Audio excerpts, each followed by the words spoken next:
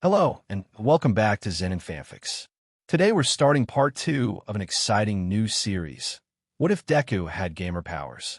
If you enjoy this video, please like and subscribe for more content. The story we're featuring is written by Xavon Wrentaile on fanfiction.net. You can find all the relevant links in the description, so be sure to check out the author's profile and say hello. Now, let's dive into the story. Thank you all for being here. All Might boomed at us. Me, Mom, Hugh, and Kane-san had all gathered in his office as he requested.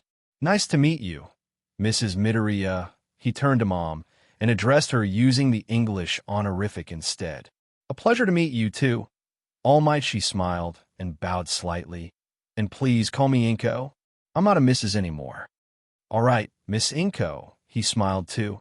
And young Azui, we haven't had a chance to speak like this before. Thank you for including me, Sensei. Sue said. So, to start, I'm not sure how much young Midoriya told you both, All Might said, and frankly, I kept a few things from him and young Kane. To put it simply, 5 years ago, in a certain fight with a certain villain, I was seriously injured. My health has been slowly deteriorating as a result of the injuries I received. Injuries, which, thanks to young Midoriya's ability, are now more clear. All Might Sensei, I prompted. I always thought it was just due to the damage to my organs. The loss of my stomach as limited ingestion, the loss of my left lung, and decreased respiration. Now I know there is more to it. Some exotic matter that our normal scans cannot detect, which is poisoning me. Now, his voice dropped even quieter and lower. I'm going to trust you with the part only a handful of people know about. Steam began to pour off his body. His shirt loosened, and while he didn't lose much height, every muscle seemed to shrink down to nothing. This is my real form, All Might told us, the result of those 5 years. My quirk is partly transformative, increasing my size as it increases my strength, speed, and stamina. At my peak, my true form and muscle form were within a few kilograms of each other, though my muscle form was always exponentially stronger. Now, I'm like this and can barely maintain my muscle form for a few hours a day. He unbuttoned his shirt and pulled it away for his left side. There was a round divot just under his heart, where his stomach and lung had been. It was surrounded by lines of scar tissue, but the coloring wasn't natural. Was that the exotic matter? Or just a side effect of it? Mom gasped, and Sue and Kane-san both looked like they wanted to throw up.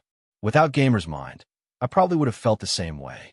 After the fight, they patched me back together the best they could. All Might sigh, perform an emergency gastric bypass, sewed up what was left of my lung.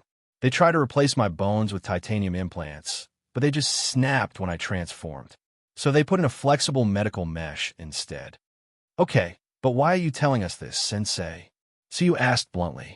Because if we were in a dungeon fighting, All Might told her, and I suddenly turned back, I don't want you to get surprised or distracted. Plus, you will know that if I start steaming, you should expect me to turn back. Depending on the dungeon, we should probably get ready to run. You want to go into a dungeon? Suyu continued. Yes, All Might nodded, specifically my dungeon. You want the rest of us, who aren't even a quarter of your level, to go into your dungeon. Mom prompted sharply. Honestly, no. However, I can't do it without young Midoriya. And I was hoping young Kane's quirk would keep us from getting ambushed. But I was hoping to convince you and young Azui to sit this out. No way. Tiu shook her head. You know All Might's level. I looked at Mom. I saw it on the party screen, she admitted. You might not have looked Izuku, but I definitely want to know who you invited to join your party. And I'm not sure how we would survive in a level 83 dungeon. 83, Karo.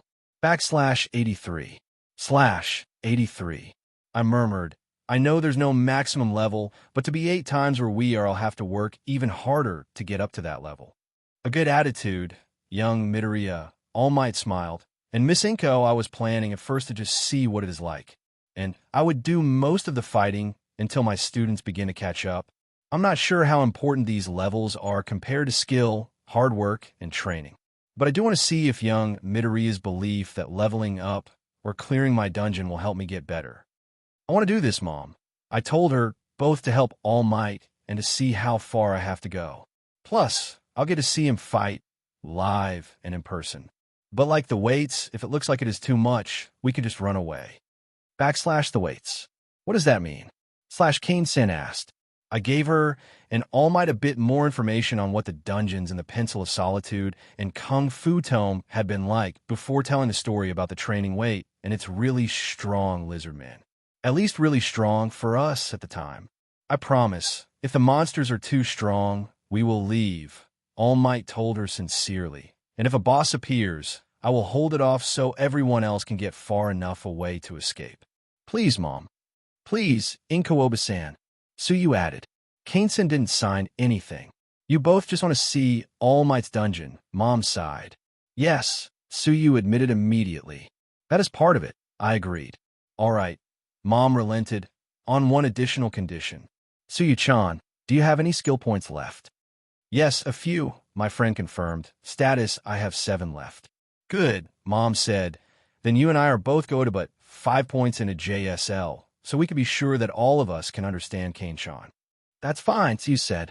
She and Mom flipped over to the skills tab and did what Mom suggested. Kane-san looked touched by the gesture, despite its practicality. Backslash thank you, slash she signed, and both of them seemed to get it. Party invite, All Might. I said, party invite, cast Kane Cassandra. Then, while they accepted, I went into inventory and swapped my school uniform for my Bronze Age tracksuit. My, All Might exclaimed, switching back to his muscle form. That is convenient. It is too bad that the rest of us cannot do that, too, while we are in your party. I had taken Mom's dungeoneering outfit out of my inventory and handed it to her. But All Might's statement got me thinking. I wonder if Tsu, do you mind if I try something? I asked her. A smile played across her thin lips, and she nodded. I touched the ranked-up sweatsuit of hers I had stored. But instead of taking it out of inventory, I held it. I tapped the party tab with my other hand. I dragged the outfit to Thu's panel and let go. I estimated there was a 50% chance it would work and a 50% chance it would just materialize the clothing normally. Pop. There was a slight displacement of air, and Tsu was also changed. It worked, I said brightly.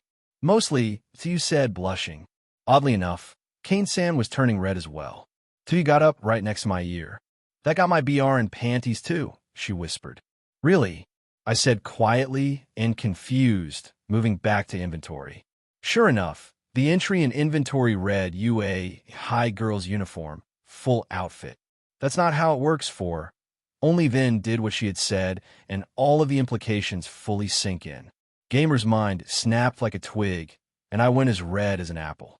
I quickly SWCH her back, and gave her gear the normal way. Everyone else had gotten dressed for battle. All Might in his Golden Age uniform, and Mom, and Kane-san in workout gear, and the BLD had finally drained from my face. All Might and I were in his office, but the ladies stayed in the girls' locker room, so they wouldn't be seen wandering the halls. Mom had texted me that they were ready. I offered my hand to All Might, and he shook it. Create reflective dungeon. Dungeon entry, Tashinoriagi, All Might, Mooks, 231 mid-boss. 1/1 mid-bosses, 6/6 unspawned, bosses, 2 halves unspawned. I guess I can't keep that secret in here. All Might laughed as he looked around. 2 bosses. Mom sounded nervous. And 1 mid-bosses is already spawned. Backslash I don't sense anyone moving. Slash Cassandra signed. Key detection. I murmured. I don't sense anything either. What is this? So you looked around. It looks more like a city than any of the other dungeons. A normal city. Los Angeles University. All Might sounded nostalgic. Were you in a school after you graduated from UA? I started to take it in. We were in an open park, surrounded by a variety of buildings. Some looked old and brick, others modern and glass. There was a statue in the middle of the park, but everything looked more dull and gray than normal. I heard the All Might used to work in the U.S. Tsu inclined her head. But I didn't know he went to school there. Yes, I nodded. After UA, All Might enrolled in LAU. He graduated 4.5 years later with a degree in hero studies and minors in physical education and nutrition. Then he spent another 5 years working as a hero in the American Southwest before returning to Japan. It isn't known why All Might went to America or why he came back. The common speculation is that it was a protest against the lack of college-level hero programs in Japan. In America, their college-level hero courses also teach law and finance and promotion. Here is Japan, most of that is left to non-hero professionals in the hero's company. No, All Might shook his head. It was nothing like that. There was just a situation with a certain villain, and my mentor thought it would be better for me to put some distance between us. Plus, he had traveled the world in his youth to learn how heroes in other countries operated, so he thought it would be good for me. A situation? My eyes widened. You don't mean like a dating black cat situation, do you, sensei? What is dating black cat, Kane-sen asked. It's a trope, I said, then elaborated at her confusion, a common event or theme or story element in fiction. But they happen in real life, too. In this case, it refers to a hero falling in love with a villain and all the hassles and dangers it entails. It's named for Spider-Man, a fictional superhero from the time before Quirks, and Black Cat, a thief usually who was one of his frequent love interests. Is that what happened? Mom wore the expression I had sometimes caught when she was watching soap operas, a forbidden love, and you were banished to America to keep you apart. All Might looked increasingly disturbed and disgusted as we spoke. No, nothing like that, he insisted firmly. This villain killed someone very close to me, and my mentor was afraid he would come after me next, or that I might go vigilante to try to settle the score. So you came back to Japan after the heat died down. Sue mused. Actually, All Might's smile turned a bit melancholy. I returned to Japan because Dave was getting married and wanted to retire from hero work for the sake of his wife and future family. I thought it would be safer for them if I wasn't around to make them a /incoming. Kane-san signed vigorously. A moment later, we heard rumbling. A 40 meters tall beast rounded one of the buildings, bearing down on us. It had 6 arms, scaly blue-green skin, and a circular mouth full of unevenly spaced, triangular teeth. It was wearing a leather HRNSS and jeans. Riding the giant was a slender man with grayish blonde hair, wearing a red and white jumpsuit-type costume, with a high collar and a mask with a large capital R emblazoned on it. Blue Bullet and Rocket Wrist. I looked up at them in amazement. You recognize them? All Might asked, tensing a charge. You fought them once during your 2nd year of college, and again when they escaped prison in your 6th year in LA? I nodded. All Might looked like he wasn't sure if he was impressed or worried. Izuku can rattle off every major and most minor fights that you, Endeavor, and Hawks have ever been in. So you explained. All Might. Bullet roared. This time we kill you. He never was the brightest, All Might said. However, I also don't recall him being that big. His size may have scaled up with his level. I told everyone they're both level 81. Bullet has over 8,000 HP, but Rocket only has 1,200. All Might nodded. He jumped, aiming for the smaller villain. He seemed to be planning to take Rocket Wrist down with the first blow, removing the villain team's ranged advantage. Bullet reacted faster than I would have expected. He tilted back and caught All Might with 4 of his arms. At the same moment, Wrist jumped clear. Bullet twisted and threw All Might at one of the buildings, but not before All Might crushed 2 of his fingers, starting to break free. Wrist landed in front of us. I'll slaughter his friends, both to distract him and to prevent any backup. Tubes grew out of his wrists, engulfing his hands and sprouting missiles. So Kane-san split up. I shouted, Ki slice. Slice. I hadn't named it yet, but 2 blades of sharpened ki shot out, intercepting the first missile. I expecting it to explode on impact. Instead, the missile was cut in 3.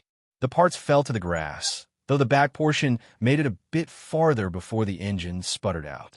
Then the front part exploded with a dull pop, barely producing any smoke and not even fully splitting the casing. Despite it being created by his quirk, it is like a normal missile, I mused while preparing to hit the second missile. Except it was accelerating beyond what the destroyed one had. At first, I thought it was a different type. Then I realized Mom was pointing at it. I preparing to attack it, thinking she was considering sacrificing herself.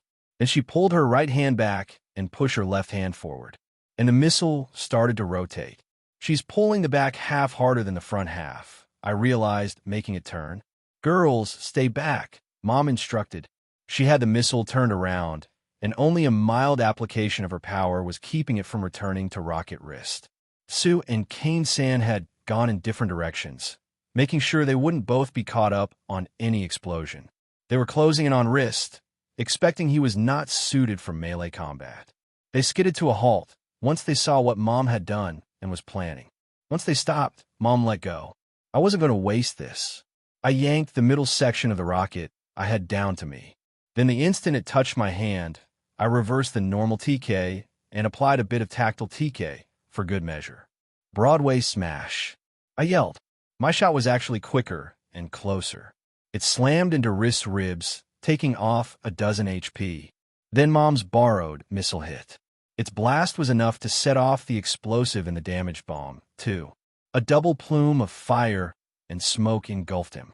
His health dropped from 1213 to 798 out of 1225.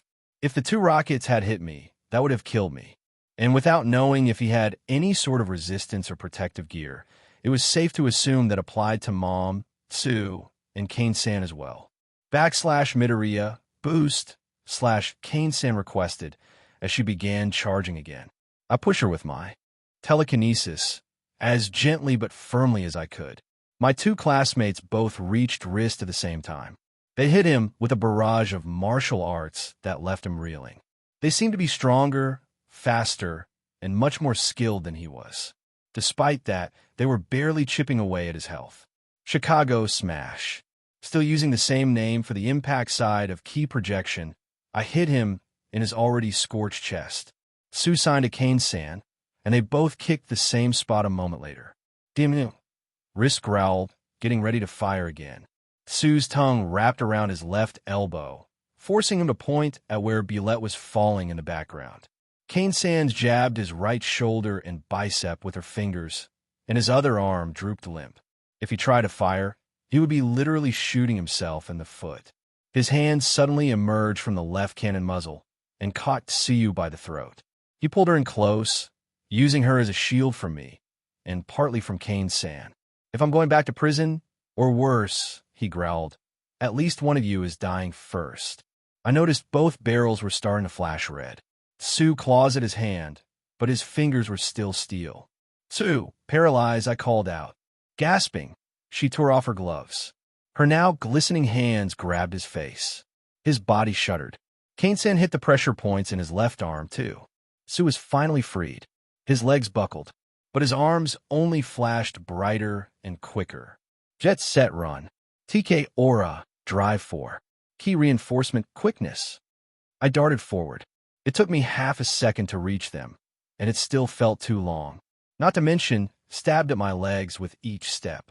I jumped, knocking Rocket Wrist back with a double heel kick to the chest.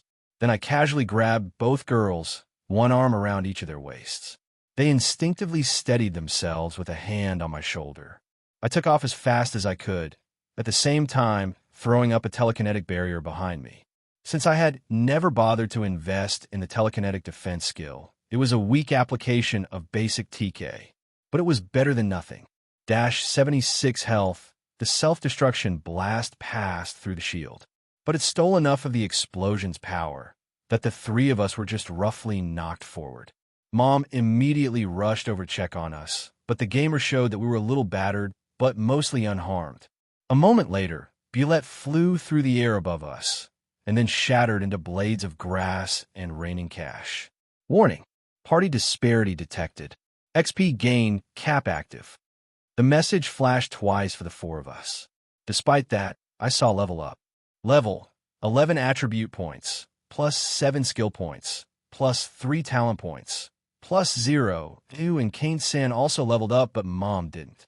She did start to gather the drop items, like usual, though this time it was just cash. All Might landed next to us. That was a bit close, he said. Sorry I couldn't protect you all better. The big guy was tougher than I remember. Or I am weaker. But still, well done. Especially your trick, Miss Inko. I don't think he would have been so flustered or hesitant if you hadn't turned his missile back on him. And are you three all okay? I'm fine, I said, rolling my shoulder at Tsuchan. I'm okay, Sue said, though a bit embarrassed you had to remind me about my oil. I wasn't sure it would work with the level difference, but it was worth a try. Kane-san. Backslash a little bruised, but I've had worse, slash she answered, then added backslash, and anyone who fights with me like that can call me Cassandra or Cass. Just not Cassie. Or even better, even though we aren't in costume yet. Maybe you should call me Spoiler. Slash, so are we going to keep going? All Might asked. Let's find the next enemy. Mom said, then we will see. We took out 3 more enemies, bringing our total to 5. And we never saw the mini-boss. But All Might was struggling, and my energy was down to a quarter. So Mom insisted we call it quits for the day. By that point, Sue and I were both up to level 13. Cass was level 15, Mom was 22. We still got the XP cap messages after every fight. And All Might even gained 1 more level. However, 5 enemies didn't get All Might any clearing bonuses. Not that I expected it would. Well, that was an experience, All Might boomed. Then, in a puff of steam, he fell back to his emaciated form. Sorry, All Might Sensei, I told him, if it's like with items, we need to beat at least 20 enemies to get a bonus. But those are rank ups, so I'm not sure how that would translate to a person. It's fine, Midoriya, he said gently. I feel stronger from leveling up. Now I need to spend some time looking at the list of talents and seeing if there's one that can help me, or one I can get after spending these new attribute points. But first, there is something else I need to talk to you about. So if you would all take a seat. All Might sat behind his desk and waited until we were all comfortable. Normally, I would ask the 3 of you to leave, he started.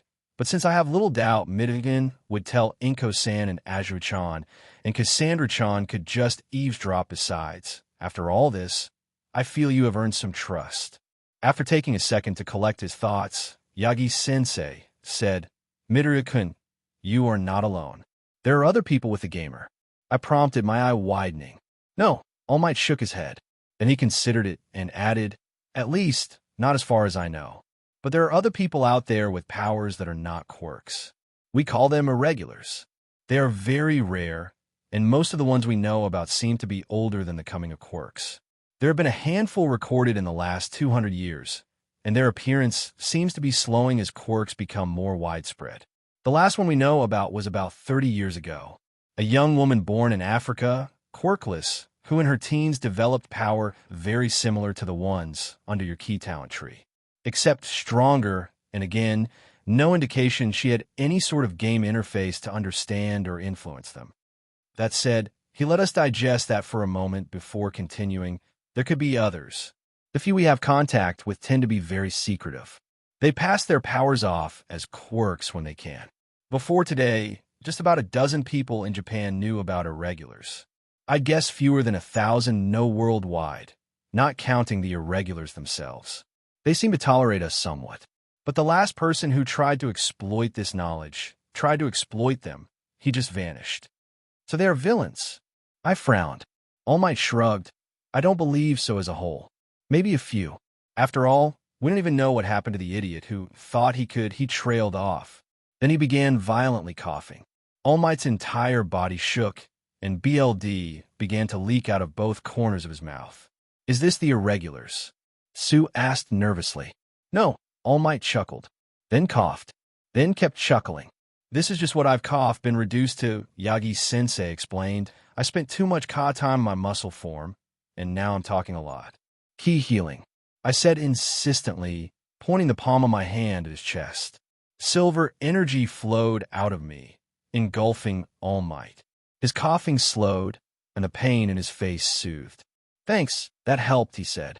Then he coughed again. It was less intense, but still brought more BLD to his lips. But not enough, I said, angry at myself. And whatever mystery, villain had done this to the symbol of peace. By clairvoyance, I instructed. By telepathy, basic, but telekinesis, intermediate. Multiple psionic talents acquired. Overall psionic rank, 6 overall telekinetic rank, 4 overall telepathic rank, 1 overall clairsentience rank, 1 skill clairvoyance available, skill empathy available, skill telepathic communication available, skill telepathic attack available, skill telepathic defense available, Skill telekinetic manifestation available. Skill telekinetic defense upgraded to telekinetic rampart. Izuku, Mom gasped. She knew where I was going, especially since I had just gained a 4th talent point. Bye. I froze as All Might suddenly appeared beside me in his muscle form, resting a hand on my shoulder. I knew he was fast, but stop. Young Midoriya, he said gently.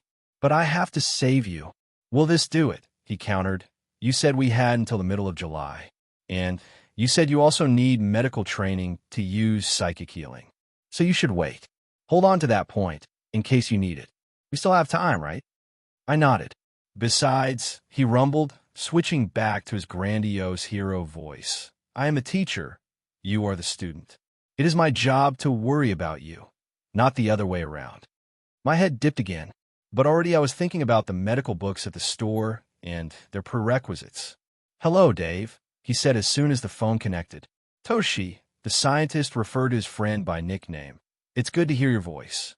Well, it is easier to call now that you are on Island, and I have a more regular schedule. All Might chuckled. That's true, Shield agreed. How are you doing, Toshi? Actually, that's why I called, Dave. Yagi deflected, switching out of his hero voice. I wanted to ask you about exotic matter. Exotic matter? David parroted. Yes. All Might's nod was almost audible. See, one of my students told me he could sense exotic matter in me. And I tried looking it up online. But there's all sorts of different kinds of exotic matter. Some real, some theoretical, and even some fictional. Ultimately, it was a bit over my head. That's what you get for relying on Wikipedia. Shield finally laughed. Probably, Yagi admitted, but that's why I have one of the smartest men in the world on speed dial. Dave, given what you know about various types of exotic matter, could I really have one or more of them implanted in me? And could they be contributing to my deterioration?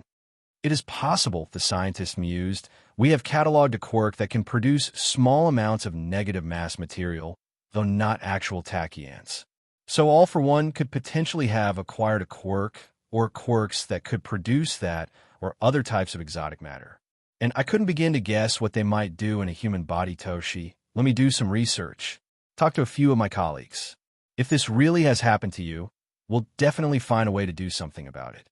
Thanks, Dave. After a few minutes chatting about Yagi's experiences teaching and what S.H.I.E.L.D. would be displaying at the upcoming expo, they said their goodbyes and disconnected. And S.H.I.E.L.D.'s brain went into overdrive. Detection is harder. He started taking notes. Extraction would be harder, but presumably a matter movement or manipulation quirk could take care of that. But first we have to find it. Alight, everyone. All Might smile down at us. For your second day of hero studies, we will try our hand at lions and gazelles again. Except this time, the lions can tag the gazelles with any part of their body. Hands, feet, tongue, it is all legal. As a result, if a gazelle willing touches a lion, he or she is tagged and out. Also, while lions are still not allowed to leave the field deliberately, if a gazelle forces a lion out, the lion has a 5-second grace PRD to re-enter the field. Any questions? All Might's head dropped as I raised my hand. Okay, All Might announced. Lions may tag gazelles with any part of their body, but still not extensions of their power. Hands, feet, tongue, etc., but not hydrokinesis, dark shadow, etc. Gazelles who touch lions are considered tagged by that lion. This includes the lion's PE uniform. If multiple tags happen at the same time, I will judge who gets the point. Anyone who deliberately leaves the pitch is out, even a lion. If a lion forces a gazelle out of bounds, that is a tag. If a gazelle forces a lion out, the lion has 5 seconds to return to the field after any and all gazelles forcing them out stop. A given gazelle is only allowed to use their power to immobilize or force a lion out for 10 seconds. After that, the gazelle is out. And that is 10 seconds total for the 5-minute round. 10 seconds for one lion, 5 seconds each for both, or 10 quick 1-second bursts to escape. That means actual immobilization, hold them in place, or keeping them out. Tripping a lion or forcing them to dodge is just fine. Then All Might shifted from me to Ami-chan. And finally, lions cannot attack or force out each other. That's an immediate disqualification for the aggressor. Anything else? Most of my classmates looked amused or impressed. Ami was smiling slightly, but had a thoughtful expression. Yaoyorozu also looked thoughtful, but wasn't smiling. And Ida-san just looked annoyed. Great. All Might looked relieved. Then let's get started. Volin, I will be one of the first lions, Ida-san said quickly. Me too. Kirishima held up his fist and dropped into a fighting stance. Good, Yagi-sensei nodded. Everyone on the field then. Begin in 3, 2, 1. Ida's legs roared, and he shot at me. I waited for him. Just before he reached me, Cassandra cut across his path. He adjusted slightly, to avoid crashing into her. He also kicked out quickly yet lightly. Cassandra felt his tag coming. She twisted and rolled, diving and barely dodging him. Then she took off running. Ida-san looked, noticed I was heading the opposite direction and faster than Cassandra. So he turned his focus to her. Just before he reached her, Hugh's tongue wrapped around Cassandra's waist, pulling her out of the way. The two girls instantly split up, and I deliberately moved into his field of vision again. That's incredible, Yaoyorozu noted in awe. It was the last round of the day. Tokoyami and Hagakure were the lions. Having been knocked out, the first 5 members of the 1A study group were watching the 6th member and 2 others. What is? Uraraka asked. Not just Yaoyorozu, but Mizuno, Misaka, and Jiro had the same expression. Ochako could understand Momo and Ami, who were way smarter than she was, or Mikoto, who went to a hero prep school. But since Kyoko was supposed to be a normal girl, too, the curvy brunette felt left out. The 3 of them, Mikoto said, they are noticeably quicker than they were Tuesday. How could they have gotten so much better in 2 days?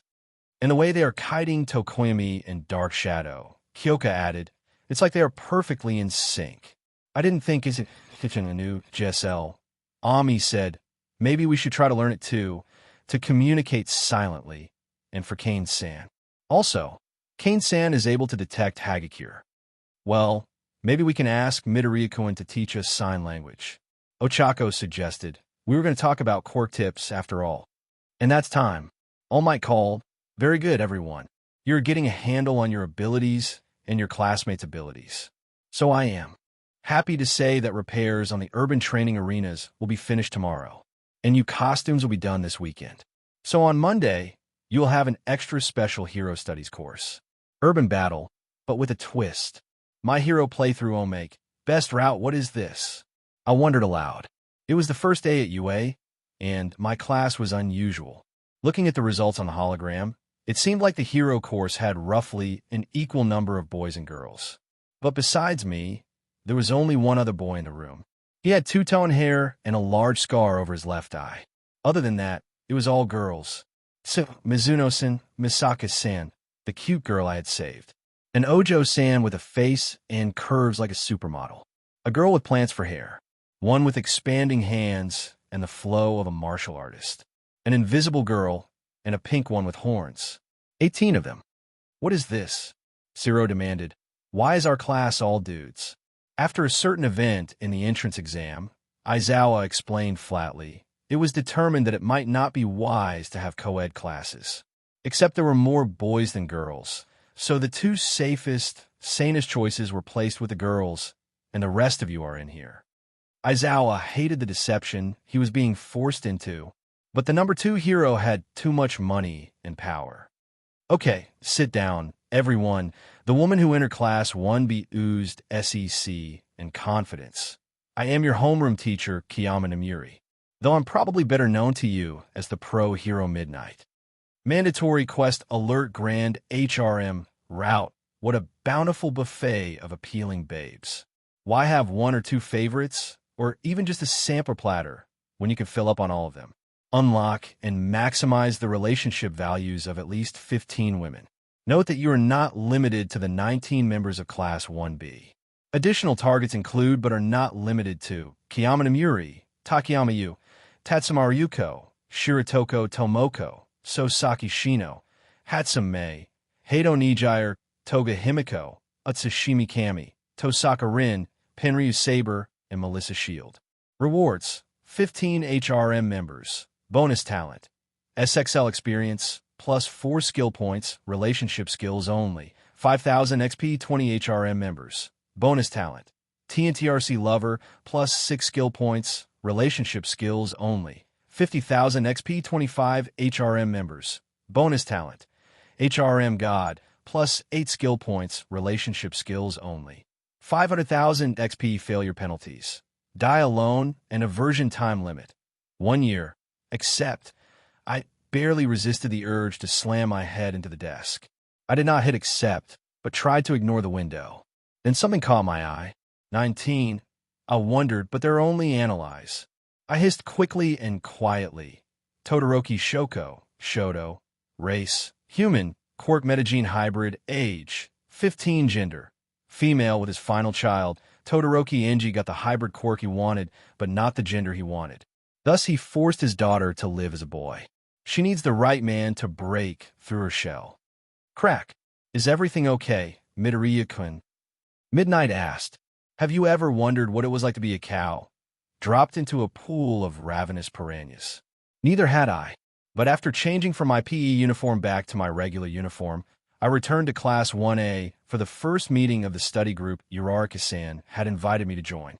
Already present were Ami-chan, Mikoto-chan, Uraraka-san, Hagakure-san, Yayoi-san, and Jiro-san.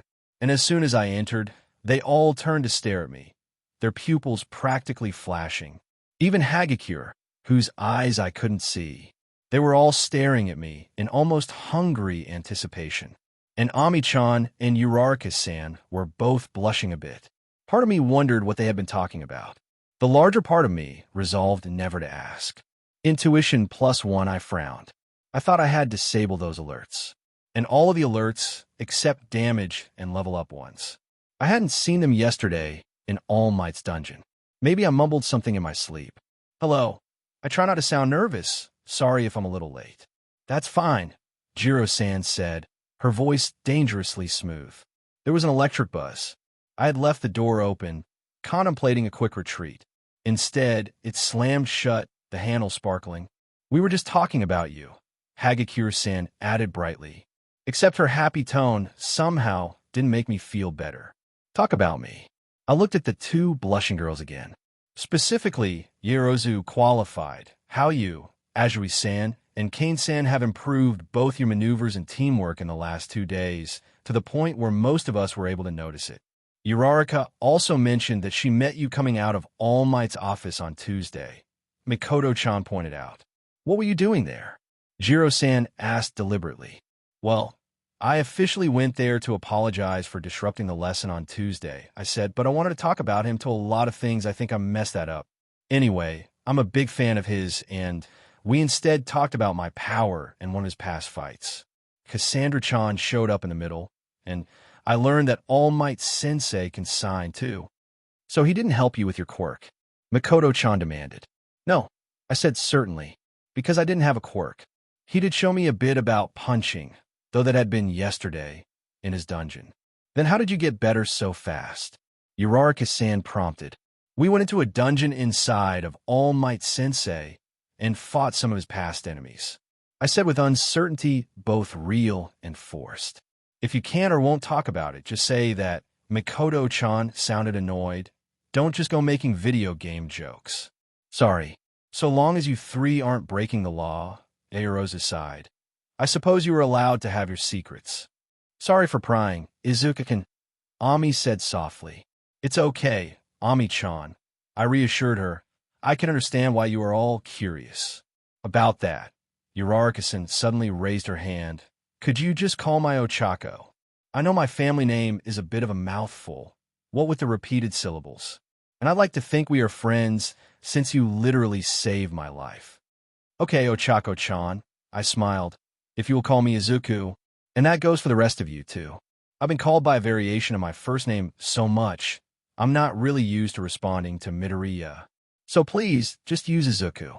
Ami's face clouded at that, and she looked almost angry when Ochako-chan innocently asked, Well, what do people normally call you? Deku, I said darkly. The bullies always called me Deku, because I was a worthless wooden doll, and so most everyone called me that too. Sorry I mentioned it, Izuku-kun, Ochako said sadly, and the others looked upset too. No, I said quickly, "Don't worry about it. It's all in the past now. I even miss it from time to time." Then maybe Ochako-chan started. But both Ami-chan and Mikoto-chan caught her attention and shook their heads. Ami had seen it all those years, and Mikoto had met some of the jerks at the arcade. "Maybe we should get started studying," she finished. "Okay."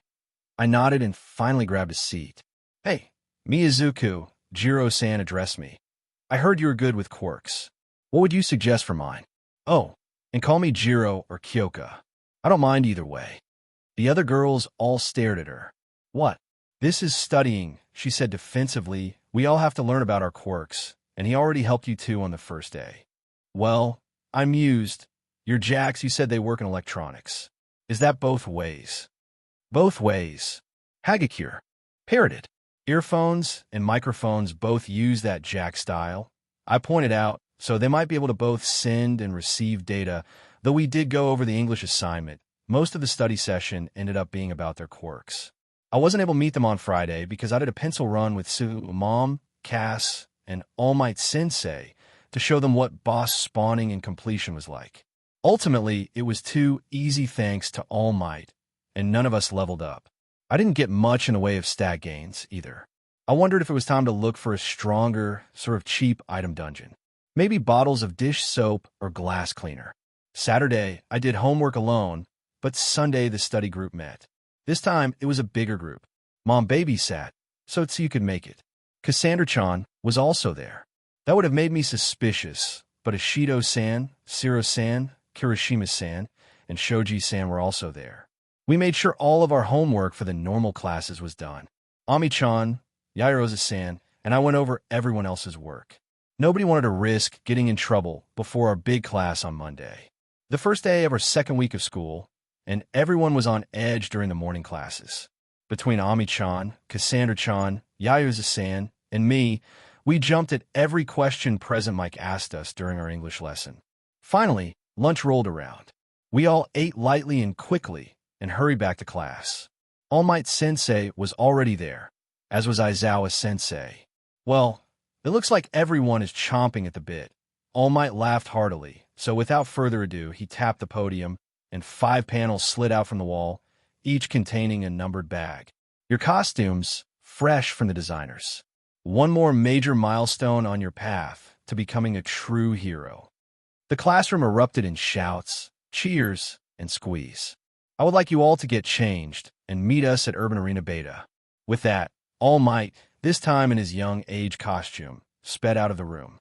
"And don't make me look bad by being late," Aizawa Sensei added. When we got to the arena, there was a tarp wall erected across the road. In front of the tarp was a table with a box on it. Next to the wall, there was a temporary platform. On it stood All Might Sensei, Aizawa Sensei, and a third man. "That's Vlad King, the BLD hero." I tried not to babble too much. We all gathered close to the temporary barrier and started to look at each other. Our costumes ran the gamut, too, and I had the same designs my mom had come up with for us, just upgraded with armor materials. And like Mom suggested, better goggles for Tsu. Koda-san looked like he was just in street clothing, and Ishido-san looked like she was going to a rave. Or maybe back in time to disco.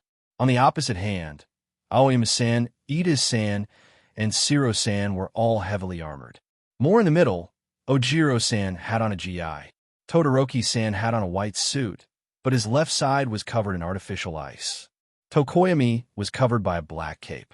Ochako-chan had a skin-tight, black and pink jumpsuit, with some sort of built-in wrist cuffs and a separate helmet. Mikoto's costume started with a pair of dark green sneakers and off-white leg warmers. But under them, going all the way up to the hem of her gray skirt, she had in bronze dragon-scale leggings. She top was a long-sleeve shirt, the same color as her leggings on the bottom, and a tan above her melons and on the sleeves. She had a red cape lined with a metal mesh, and a heavy, fingerless glove on her left hand. But what stood out the most was her ammo. 2 belts and a bandolier.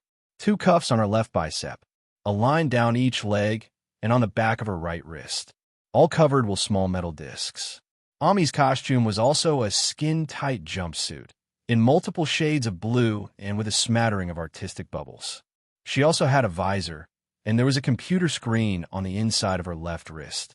There was also a tank, probably filled with water, on her back. She looked more voluptuous than I would have expected. Cassandra-chan was the third member of the form-fitting jumpsuit squad. Or fourth, counting Tsu. Hers was dark gray. It had a separate cape and hood.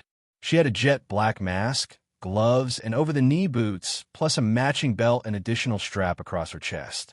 Emo-chan was wearing a jumpsuit as well, hers BLD red.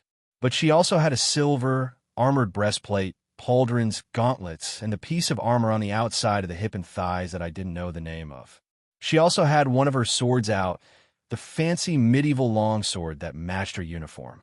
Yaoyu-san was wearing heavy, reinforced leather jacket and pants in light gray and red. Still very form-fitting, but too thick to call skin-tight. And she had a matching motorcycle-style helmet. But her uniform was covered in zippers. She looked like she could quickly and easily expose her stomach, cleavage, upper arms, or thighs. But for the moment, she was fully covered, except for her hands. Kyoka-chan was wearing heavy, dark blue jeans with an artful set of white bleach splatters. She had a red shirt, emblazoned with earphone and romanji, and a few deliberate rips that showed the edges for her black sports BR. She was also wearing a pair of heavy, black leather, steel-toed, work boots. But most importantly, she had a heavy, black leather duster with metal plates all down the front and back. One column on either side of the zipper in front and 3 in the back. At a closer look, each panel was an armored speaker. They say the clothes make the pros, and behold, ladies and gentlemen, you are the proof. All Might proclaimed. I didn't think it would be so tight or revealing. Ochako-chan sounded embarrassed. I think you look good, Ochako. Tsu said, right, Izuku. Oh yeah, I agreed sheepishly. All the girls looked pretty CC well, except Kyoka-chan. She seemed to be resistant to that, but even her costume had its charm. Hey, Ami, Ashido-sen slid over and started deliberately eyeing the hydrokinetic. You didn't look quite so curvy in your underwear. Many of the guys went red and started staring. I'm not. Ami-chan blushed. My costume has a layer of water in it. I plan to use it as a reserve and to harden it for defense. Though I realize, thanks to Izuku-kun, that I might be able to use it to enhance my physical abilities too. But the costume company decided on their own to make the water layer thicker in certain places. All right, All Might called us to attention. Now that we are all here, you might be wondering why we're set up like this. Well, that is to test your flexibility. You see, pro heroes are often thrown together at random. So today we have Class 1. He waved his left hand towards Aizawa-sensei and us. In Class 1B, he gestured towards Vlad King-sensei and the other side of the tarp with his right. I couldn't help myself. Again, my curiosity got the better of me, and I whispered, clairvoyance. My vision shifted outside of my body. I intended to move my perspective over the barrier and get a look at the other class. I never got that far. There was an unfamiliar person mingling with our class. She had silver hair like actual metallic silver running to the middle of her back. Her eyes were deep bronze, also metallic. Her features were sculpted, high cheeks, thin straight nose, full lips. She was frankly gorgeous, easily better looking than any other woman I had ever met. And she had an amazing figure, curved and yet fit. It would have made most models jealous, and other than height, didn't lose out to any of my already CC classmates. And it was easy to tell, since she was completely naked. My brain tripped, and my clairvoyance broke, shattered. Between the shock of the naked spy and the lesser hit of my skill failing and the unexpected perception shift, I almost stumbled. If it had been an anime, I was sure I would have had a nosebleed. Izuku, what is it? Tsu made sure I didn't fall. I think I trailed off. I couldn't see her anymore. But I realized something. Where she was, there was a familiar pair of floating gloves and shoes. Never mind, I said. I thought the other class might be spying on us, though I was going to do the same thing. But I was just sensing Hagakure-san. The two classes will be splitting into teams on 2. All Might Sensei continued, either not noticing or not acknowledging us. Each of you will select a ball from these boxes, he explained. They are labeled through to whichever person in the other class has the same letter, They will be your teammate for the exercise. But you will not find that out until it is your turn. After everyone has a ball, your respective homeroom teachers will take you to your respective waiting rooms. They will be making sure there are no attempts to cheat. He glanced at me when he said that, though it might just have been a precaution rather than an admonishment. Then I will call 2 teams at a time for the exercise. You will be competing as heroes or as villains. The exercise is simple. The villain team will have a base in one of these buildings, and they will have a mock bomb. Each team will have 5 minutes to discuss your powers and strategies. That time will end when I activate the timer on the bomb. He held up a box with a digital timer and a large red button. Heroes, you have 15 minutes to find the bomb and press the button to disable it. Villains, you must keep this from happening. In addition, you will each be given this capture tape. If you can wrap it around both of an opponent's wrists, that opponent is out. Of course, you can also win by capturing both opposing team members, and no removing the tape once it is stuck. Other than that, anything goes well, almost anything. He quickly qualified, glancing at Ami and me again. You cannot destroy the bomb. Villains, if you destroy your bomb, it stops working and your nefarious scheme fails. Heroes, if you destroy the bomb, it goes off. And of course, this is a lesson. Seriously injuring your classmates is grounds for immediate disqualification and potentially further punishment. Each team will be given earpieces, so you can stay in contact if you decide to split up, but also so that we can monitor you. And when you're done, you may choose to either return to your class's waiting room or join me in the monitor room. Either way, all 3 rooms will show the exercise, and you will be reviewing and discussing the results for tomorrow's Hero Studies class. Wait. So those guys get to review with all might. An imperious voice demanded for the other side of the tarp. What about us? As Tuesday is my normal day with Class 1A, Aizawa Sensei and I will be reviewing with them. All Might explained, unconcerned, Class 1B will be reviewing with Vlad King Sensei, with the help of Midnight Sensei. I guess that's okay, the angry student mumbled. Okay, everyone line up so we can get your team assignments. As All Might Sensei said that, Aizawa Sensei and Vlad Sensei jumped off the platform, Vlad Sensei out of view. Aizawa walked over and stood next to the box, watching us. I looked at the small plastic orb that would determine my fate. Well, that might have been a bit overly dramatic. It was one school lesson. Everyone ready. All Might appeared on the middle of the 3 large monitors at the back of the room. There was an exit on the left side with the label Hero and on the right side of the room with the label Villain. So for the first match, the Hero team will be Team O.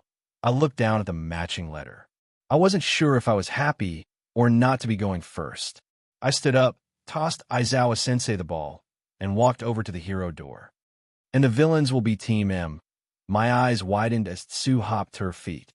Instead of throwing the ball, she handed it to Eraserhead. She nodded to me, and I returned it. Then I went through the door, down the blocked-off hallway, and into another room. My temporary teammate was an unassuming-looking guy. He was noticeably taller than me, with short, scruffy brown hair. His most notable feature was his oval-shaped eyes. His irises were so small and dark, it almost looked like he only had a pupil. He was wearing the most normal, unassuming costume I had ever seen. Tan jacket and pants, darker t-shirt, and normal sneakers. I would never have thought he was a hero if I met him on the street. "Hello," he said, extending his hand. "I'm Tsuburaba Cozy Eye." "Hello." I shook it. "I'm Midoriya Izuku." "Wait, the top scorer, yeah. You were the guy from the video. I guess I lucked out." "Thanks." I bowed slightly. "Anyway, my power is tactile telekinesis. I can use it to boost my strength and speed, and to control things I touch. Though I'm not as good with that last part yet." "That sounds pretty useful," he said. "My quirk is solid air. I can exhale air that becomes solid, floating panels. They are relatively hard, but not unbreakable. They're soundproof, though." I consider that. How big can you make them? And can you make them around other things?" "About 1.5 meters in diameter," Tsuburaba-san answered, "and I haven't really tried." "Are they always round?" I continued. "Maybe they could be shaped with a shaped straw or nozzle." "And you said they float? Are the locked-in-place stationary or weightless but mobile?" "Yes, round, but I've never tried anything else," He looked a bit overwhelmed, and no, they are generally locked in place. Well, I've never tried to move them, but other people can't. Sorry, I get a little excited about new and interesting quirks. I chuckled weakly and scratched my cheek. No, those were good questions, he said, but maybe we should talk about what our opponents can do. Right? I nodded. Well, for my class, our opponent is Azuik. She can do anything a frog can do. A frog. Suburaba-san. She can kick super hard, jump very far, cling to walls, has a tongue that's more than 20 meters long and hits like a right cross, can excrete toxin, and a few other things, I said a bit defensively, and beyond that, she's a great acrobat and fighter. Okay, I get it, he nodded. And the guy from our side is Bondo Kujiro. His quirk is called Semidine.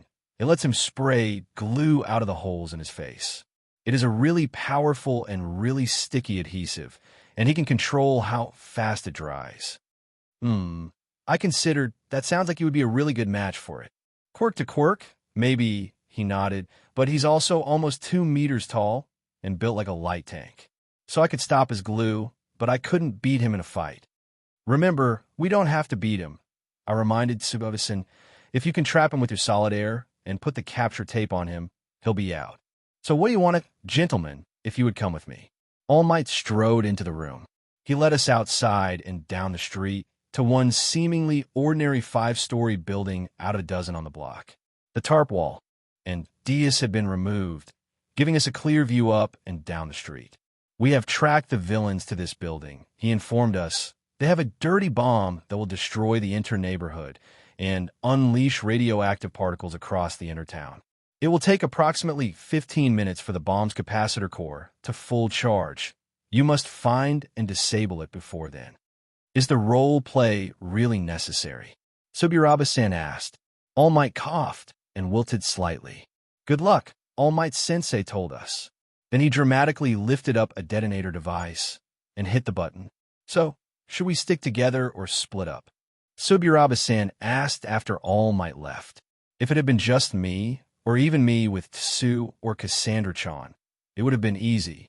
Use key detection to find out where our opponents were, and sign for her to follow my lead. I couldn't expect Suburaba-san to trust me like that. Stick together for now, I suggested. That way, if they are together, we won't be fighting 2-on-1. And if they split up, we can either work together to capture whoever we run into, or decide to split up at that point. Plus, they might have used the 5 minutes to build up some traps. But that wasn't in the rules, Suburaba-san protested. Wasn't not in the rules, either, I said. Anything goes except hurting each other and destroying the bomb. I'm so lucky he got the hero's side, All Might's side. So, what do we want to do? Suburaba-san asked. How many barriers can you make? I countered, enough to get us up to the roof. Depending on how big, I can make 3 to 5. He looked up. If I make one's big enough for both of us, I can probably do 4. And then the oldest one fades or breaks. I prompted. He nodded. But will they be expecting that? I mused. Bondo-san might, Tsubasa-san admitted. I've been using them as a gazelle to get above where the lions can reach. Of course, Shimuka and Senatori keep shooting them to bring me down. Okay, then we should probably go inside, I suggested. Suburaba-san nodded again. The inside of the building was industrial style. Lots of open space, interrupted by metal support beams and the occasional plasterboard room. There was a set of stairs and an elevator. I took the lead and quickly ran to the staircase. But it was covered by a layer of glue. Barrier or trap? I wondered, then decided trap. You think so? My partner asked. So you would know this won't stop me. So unless Bondo-san is acting independently, there is something behind this. Or at least something like a thread to let them know that we broke it. What do we do then? He looked around. I jogged over to the elevator. But if we use the elevator, they might notice, he protested. And that's if it is even working. I pried the doors open. Use your platform to get over to the service ladder, I said. And if you come across anything, let me know. I tapped my ear. He frowned at me. What are you going to do? Spring the trap? I smiled broadly. Be loud and obvious, and keep them focused on me. He grinned slightly, and then blew down. He jumped on the barely visible platform, and then onto the ladder. I pointed above the door. That lever will make the doors open. Then I'll let the doors close, and turned back to the glue barricade. I pressed my hand to it to get a feel of its density and thickness. Drive 3, I declared Utah smash. I brought a knife hand down, shattering the glue, then spun to the side. Tsuyu dove through the gap, her glistening, unloved hands leading the way. She twisted around and lightly slapped me. -2 health status ailment resisted. Skill paralysis resistance. LVL1 unlocked. You knew I was there, she said as she bounced off a beam, landing facing me. Could you sense me? No. I shook my head. I just know you. Though, I grinned even wider. You never did want to spar. That might have been a mistake, Ribbit. Drive 2, I declared, sliding forward and grabbing at her arm. Sue dropped almost to the floor. Then her tongue shot up at me. I weaved out of the way. I tried to grab the appendage on the recoil, but she was too fast. Where's your partner? She asked, trying to sweep me at the ankle. Would you believe me if I said he's climbing up the elevator? I asked. I focused my energy on my legs, hardening them with TK armor. Attaching myself to the floor with tactile TK. Sue's leg hit mine, but I didn't move. She was the one who cringed. -1 health, maybe, Sue admitted, launching her tongue at my nose and her fist at my knee. My partner expected yours would want to go up the outside of the building. I suggested it. I confirmed, taking the lower hit to my still reinforced legs and swatting her tongue wide. But he thought it would be too obvious. So, which is it? She jumped up, aiming both her feet at my chest. Doesn't matter, I said, pushing her feet down and vaulting over her. You may trust me and the other way around. But there is no way we could expect our partners to trust us. If I say it is outside, and it is really inside, then you, partner, would have to believe I am lying. Of course, if you tell him I am lying, then Tsuburabe-san can just slip outside through an access hatch. And even more than that, Bondo-san presumably is staying with the bomb. If he doesn't, normally I like listening to you talk. Sue frowned, and her fist connected with my jaw. But for now, just stop. -3 health. I took the blow for a reason. My hand clamped around her wrist, wrapping it in the tape. She responded in kind, but I was prepared for that. I already had a TK field around my wrist, so I just flicked it and the tape loop flew off. Your turn, I told her as we slid apart to get ready for another salvo. I can't, she gestured, showing the tape was stuck. I don't have TK, Karo. I thought you would have used your oil to keep it from sticking, I said softly. Don't go feeling guilty. So you kicked at me again. -2 health. That's not what I'm feeling guilty about. I offered her a smile. I had to work on that if I wanted to be like All Might. I hadn't broken off the tape on her wrist from the roll. I spun off another meter and change of the adhesive. Then I reeled into Sue's captured arm. With drive 2, I was stronger than her. I dragged her to the closest I-beam. I slammed the sticky side of the tape onto it. I pressed down until a SDRP as long as Sue or our tall was attached to the metal. Then I cut the tape free from the roll and ran towards the stairs. Izuku. I ignored her. By the rules, she was trapped. If she could have cut the steel slab, she could have freed herself that way. And it would have been more fair to finish it. To keep sparring with her until I could get the tape around her second wrist. Only that would take time, and the hero team was on a clock. I plowed through the glue wall, wishing I Gould use my key powers. But the earpiece meant Tsuburabe-san would hear it. Not to mention almost everyone in both classes and Eraserhead and Vlad King. The second floor was a lot less open than the first, and I started searching the rooms. I got it, Tsuburabe-san's voice has suddenly emerged. 4th floor, northwest corner. Both Bondo-san and the bomb. He's barricaded himself in though. I'll be there in a minute, I responded. I abandoned my search and raced back to the stairs. Up 2 flights, and then a hard left. The south side of the 4th floor, or what I saw of it, was divided into offices while the north side was open, or had been open, since there was now a mass of glue connecting the girders to the outer wall. Unlike below, the glue was not solid. Instead, it had a number of arrow slits. Tsuburabe-san was carefully staying out of the way of those. 6 minutes left, he whispered to me, and anytime I get too close or give him too much a straight shot, he sprays his glue at me out of those gaps. Can you cover the arrow slits on that section with your solid air? I asked softly. Sure, but why?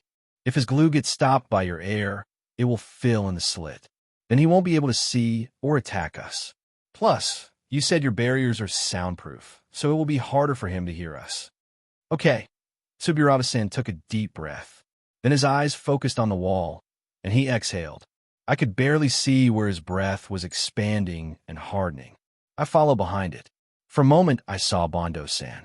Recognized him, having seen him in the halls and lunchroom. He definitely stood out. Then a tan liquid squirted out of the holes in his face. I caught the look of surprise, I think, on his face as the glue hit the air wall and filled in the arrow's lit. Now what? Subiroba-san asked. And what happened to your frog friend? I taped her to one of the beams. I explained, she's not strong enough to break the steel, so she's trapped. I looked at the wall again, and I only have one idea right now, and it's not a great one. What is it? I charge him. I looked at my teammate somberly, break through the wall and go right for him. Make him focus on me. I'm not sure if my TK can stop a liquid from touching me, or can stop the volume he can produce. But if he has to give his all to stop me, I can follow behind you, Subiroba-san mused. Use my air to block anything that gets past you, and make it to the bomb. I nodded. Okay, he said, let's do it. Very good effort, everyone. All Might told the four of us, after we were freed and I was cleaned up. Young Azui, you showed great skill. Your trap was interesting, if somewhat flawed. Still, if young Midoriya had chosen not to spring it, it may have put you in position to run back upstairs and flank the hero team. Young Subiroba, excellent teamwork, and nice use of your quirk for both mobility and defense. And, of course, you got the win for your team. Young Bondo, also fine teamwork in supporting young Ajui's plan. In a decent defense, though you should have thought more about how young Subiroba's power could turn your castle into a prison. But the MVP for this exercise is young Midoriya, taking out your opponent in a creative way, out-thinking the villain team, and even sacrificing yourself to save the day. Definitely the work of a hero. He paused and picked up the box. Now, for the next pair, All Might Sensei announced Team P for the hero side, and Team G for the villain side. And if the four of you will excuse me, All Might inclined his head before rushing out. Nice job back there, Sue said to me. You aren't too mad? I asked. I wish you would have at least finished me off, she shrugged. But just getting me out of the way, not wasting time like All Might said. It was a good idea. I let out a sigh of relief, and we joined our former partners in watching. We couldn't see the waiting rooms for the classes, but the hero team's waiting room was on one monitor, while another showed All Might waiting for the villain team. Ashido-san flounced into the hero team room, and was joined moments later by a tall, bestial student. If not for his costume and glasses, he might have looked like a bear, or a small Bigfoot. Shishida, Subiroba-san noted. Ashido-san explained her acid power, and the other student introduced himself as Shishida Jiroda. He explained that his quirk, Beast, let him increase his size, speed, and power in return for becoming more aggressive and less intelligent. On the villain side, Kirishima reached All Might first. They were joined by a slender girl, a bit taller than me, with short gray hair. Follow me, young villains. All Might led them to a different building. The girl introduced herself as Yanagi Reiko. She explained that her poltergeist quirk could move objects telekinetically, but only if they weighed less than she did and were within a meter. Kirishima explained his hardening quirk. Then he suggested that she just hold the bomb in the air. She countered that Shishida-san would be able to reach it. Then he suggested they take a page from us and hide it in the elevator. She considered that more fully. What do you think? So you asked me, and I noticed Bondo-san listening as well, though it was hard to tell with his non-standard face. Kirishima is at a disadvantage against Shishida, I said. He is strong, but Shishida seems to be stronger and quicker. I don't think Shishida's beast power can hurt Kirishima, but get the capture tape on him. That's easy, and if Ashido was listening, she'll have heard my advice to you, and can use her acid to keep them from even sticking the tape to her. So the hero team seems to have the advantage. I do like the idea of hiding the bomb in the elevator. Subiroba-san, do you know if poltergeist works through walls? I don't know, he answered blankly. If it does, they could have her stand close to the elevator, but outside it, and hold the bomb up from there, I explained, though that does run the risk of Yanagi-san being forced out of range and dropping it. If it breaks from that, they would lose. A light, hero team. All Might had escorted Ishido-san and Shishida-san to the building. Those dastardly villains are trying to blast their way into a corporate safe, containing both oodles of cash and weapon design documents. It will take them a few minutes to position the shaped charges. You have to stop them first. Your 15 minutes starts now. Do you think he's going to come up with a different backstory for every exercise? Kyu prompted, assuming her thinking pose. We watched as Ishido-san and Shishida-san climbed up the outside of the building. Ishido hollowed out hand and foot holds with her quirk. Shishida followed, half a meter behind her. Kirishima-san seemed to be expecting that, because he was waiting for them, alone, on the 5th floor, standing in front of the staircase leading down. The hallway was fairly wide, but the building's floor plan was more enclosed than the one we had fought in. "The bomb's below us," he said. "All you have to do is get past me." "Why should we do that?" Ishido-san asked happily. "I can just melt through the floor." "But you don't know where the bomb is," the red-haired boy countered, or Yanagi-san. "Remember, if either of you damage the bomb, we win. So whether you melt through the floor or you smash through it, all Yanagi-san has to do is move the bomb under you. Bomb breaks, our victory." "Fine," Shishida-san adjusted his glasses, "but do you honestly think you can defeat both of us?" "I don't have to," Kirishima smirked. "All I have to do is hold you off for 11 minutes and change." Sounds pretty manly, right? Kirishima-san and Shishida-san exchanged a series of attacks.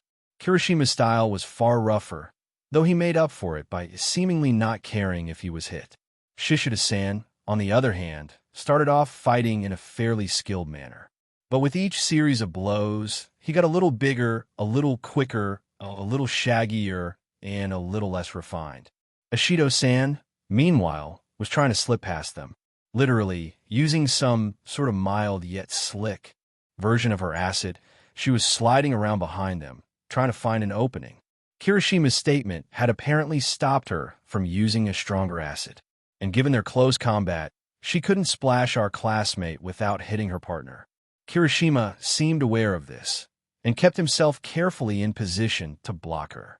Then Shishida-san landed a heavy uppercut to Kirishima's chest, throwing him back. Kirishima was a bit slow to recover, and Ishido shot down the stairs as Kirishima returned to his feet. He frowned and vocalized suspiciously. "So you saw it too?" I prompted, causing both 1B students to turn and look at us. "Did you catch that?" Mashireo prompted Cassandra. The other martial artist nodded broadly. "What do you mean, Kendo?" The plain boy with the enormous ego asked his classmate. "The red guy didn't dodge," the karate expert answered, "or even try to stop himself or recover. He let the pink girl through." When Ishido-san exited the stairs onto the 4th floor, she discovered what those of us watching already knew. It was a set of glass offices.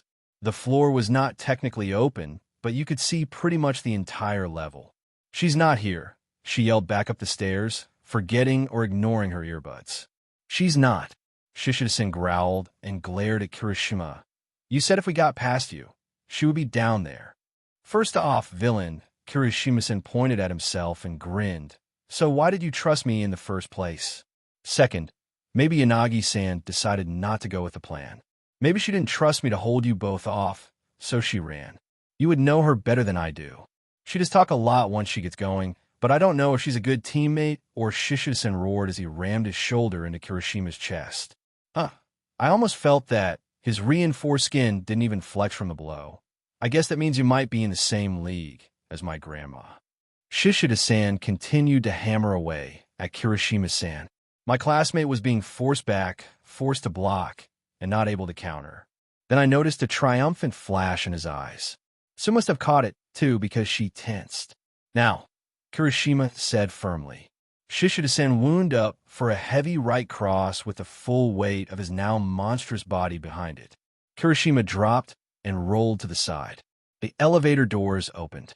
The bomb floated out, directly into the path of Shishida-san's fist. The plastic case cracked and then shattered. The electric timer, still counting, tumbled to the floor. Shishida-san's eyes widened as he snapped back to his senses. The hero team has destroyed the bomb. All Might announced. The villain team wins. That was a neat trick, Yanagi-san told Kirishima as she hopped out of the, getting him thoroughly agitated, forcing him to break the bomb. I could only do it since you told me about his power, Kirishima told her, and it was your idea to get Ishido out of the way. Still, using the rules like that, Yanagi-san mused. Well, Kirishima grinned. It has only been a week, but watching that guy starts to twist the way you think. So you patted me comfortingly on the shoulder. She also didn't look at me, so I couldn't see her grin. Next match will be Team J on the hero side, All Might announced, and Team I on the villain side.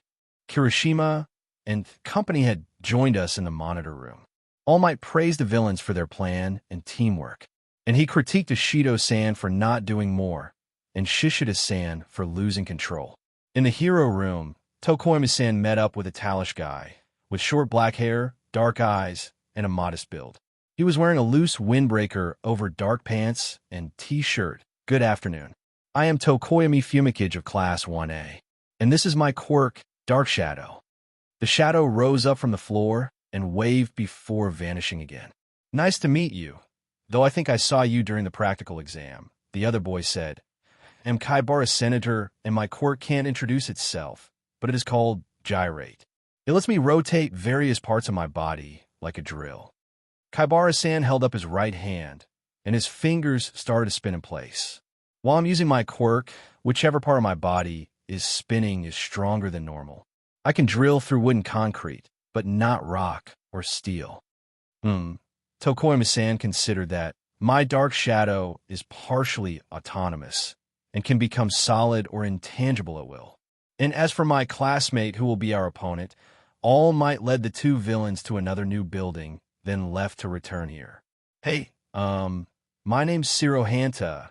He seemed a bit nervous from interacting with a cute girl. She was a bit shorter than me and fairly curvy. She had long blonde hair, bright blue eyes, and a slightly equine nose that didn't detract from her overall cuteness. The horse hooves instead of feet and short horsehair tail cemented her look, though the single spiral horn in the center of her forehead made her more unicorn than generic horse. She was wearing a leather dress and full-length pants underneath. She had stirrups on her breathed legs at the ankle and wore a headset and HRNSS reminiscent of a bridle and saddle. My name's Tsunatori, a plane passed overhead, and I missed her given name in the roar. I decided to ask Cassandra if she had been able to read it off the girl's lips. But everyone call me Pony, she continued. I'm sorry if my Japanese not good. My father is Japanese, but we not speak it much at home. I am from United States, and my quirk called Horn Cannon. The pointed horn shot off her head and then circled around the room. A new horn grew back in its place almost immediately. I can shoot up to 10 horns, but only control the last 3, she continued. But I getting better before I come to you. I could only control last 2. And after shoot 10th horn, take longer time to grow new one. That could make things easier. Ciro-san reached up to squeeze his chin, forgetting about his helmet. See, my quirk is tape. I can shoot a pretty strong tape out of my elbows. I don't know if there's a limit to how much I can shoot at a time. If there's, I haven't found it yet. Unfortunately, I can't control it after I shoot it. But your horns could. You could attach it to your horns and then wrap our opponents up. Based on lions and gazelles, a couple layers should be able to hold Dark Shadow. Of course, at that point Ciro had mainly seen Dark Shadow on a bright sunny soccer pitch. None of us had seen it go berserk in the dead of night. Later, however, after Ciro strengthened his quirk and got some amazed babies, he reached a point where 4 wraps of his tape could hold a midnight rampaging Dark Shadow. For a minute or two, or until Shadow calmed down enough to just go intangible. Tsunatori pursed her lips and narrowed her eyes in thought. I not know how your tape work on Kaibarkan. His arms spin like drill as they kept talking. All Might Sensei fetched the hero team and brought them to the building. Brave heroes, the symbol of peace proclaimed. We have tracked a duo of dastardly villains to their hideout. They are currently powering up their seismic agitator, which will cause Mount Fuji to erupt, connecting Honshu to the Korean peninsula. Which might be useful, if it wasn't for the massive destruction it will inflict in the process. You must stop them before the machine reaches full power. Good luck. It looks like he really might have a different scenario for each group, Bondo-san answered Suze. Prior question. Go in through the front. Kaibara-san suggested. Shadows are strongest in the dark, Tokoyami-san remarked cryptically. They didn't have time. A window shattered above them. Shiro-san swung out and down the side of the building, letting out an incoherent battle cry. Tsunatori-san was clinging to him tightly, but her screams and tears made her seem less enthusiastic. Ah, Dark Shadow and Drill Man, Shiro-san announced grandly as they landed. You have come to stop us, but you are too late. Our plan for the Great Japan/Korea Highway will finally be realized today. Good improvisation. Kirishima grinned at the monitor. I thought Tokomi-kun was the biggest Chiyuni, Sue groaned. Well, it is part of the lesson, I said sheepishly. Given the current state of the world, Yanagi-san interjected, can anyone be called Shinibu if they aren't claiming to have actual magic? I got a round of nods and a weak chuckle from me. Unaware of our commentary, Shiro-san pointed one elbow at each member of the other hero team. Strips of cellophane shot at each of the other guys. Both Tokoyami-san and Kaibara-san dodged. Despite looking a little green, Tsunatori-san fired two of her horns. They skewered the tape, and then circled back. Tokoyami-san launched Dark Shadow, but the shade looked thinner than usual. The horn dragged the tape away from it. It began to wrap Tokoyami's legs. Dark Shadow pulled back and began to claw at the tape, as did Tokoyami himself. But they were not strong enough and just got more tangled up. Kaibara-san's arm began to spin at the elbow. He jumped back. He swung his arm down at the tape, just behind the horn. Tsunatori's missile kept going, with just a small banner behind it. Unfortunately for Drill Man, the other end of tape stuck to his arm. It wrapped around the limb, until it was taut, where the pull of the wrapping had slapped the tape into his back. Shiro-san let that SDRP go. Then he fired another one, and a third horn carried it back toward Kaibara-san. At the same time, Shiro charged Tokoyami. Though Tokoyami was now thoroughly bound, Dark Shadow had phased through the tape and rose up to defend its MSTR. Shiro-san cut off the tape, entrapping Tokoyami-san, and took out the capture tape. Dark Shadow was carrying it too. Shiro dove towards Tokoyami. Dark Shadow tried to cut him off. Shiro shot out a line from his unoccupied elbow. He pulled himself to the side. Dark Shadow fell past him. The tape from Shiro-san's right elbow finally seemed to run out, but by that point Kaibara-san was looking almost like a mummy from the neck down. His forearms had been spooled by so much of the cellophane that he almost looked like that old American comic SDRP sailor. Tsunatori-san cautiously approached him and bound his wrists with the capture tape. Then she put a SDRP around his waist and arms, just to be sure. Shiro-san and Dark Shadow had each captured one opponent's wrist, and Shiro looked to be cornered and out of tape. Then two spiral horns tore through the specter, giving Shiro enough time to seal Tokoyami's other arm. Villain team wins. All Might Sensei proclaimed from the front of the room, the speakers carrying his voice to the rest of the training arena. And no major injuries yet, Recovery Girl said as she entered the room, though it appears I will be needing a lot more solvent. All Might declared a short break, so that Tokoyami-san and Kaibara-san could get cleaned up without missing the next match. After they joined us in the monitor room, he went back to the lottery box. So, is everyone going to come here? I wondered, instead of going back to the waiting rooms. You and All Might Sensei are better commentary than Aizawa Sensei, Shiro told me. I think he might have fallen asleep. And we don't want to have to listen to Monoma gripe, Subiraba-san offered. Next we have Team A as the heroes, All Might announced, and Team D as the villains. Then more normally to the rest of us, he added, be back in a few. He met the two villains, Mizuno Ami from our class, and from 1B, a short stocky boy with gray hair. He was wearing a black jumpsuit with a high collar and white belt. I wondered if he was a fan of the old series DBZ, because he had what was basically a scouter over his left eye and what looked like the dragon radar on the back of his right hand. This will be your base, young villains, All Might told them. The bomb is just inside the door. You have until the timer starts to prepare. Good afternoon. The young man bowed to Ami-chan. I am Shodanai Renjiki. I call my quirk Twice Impact. It allows me to cause an attack to repeat, and a repeated attack is roughly twice the strength. I am Mizuno Ami.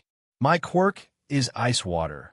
I can control both ice and water, and the closer it is to 0, the better. May I ask, how does your quirk work?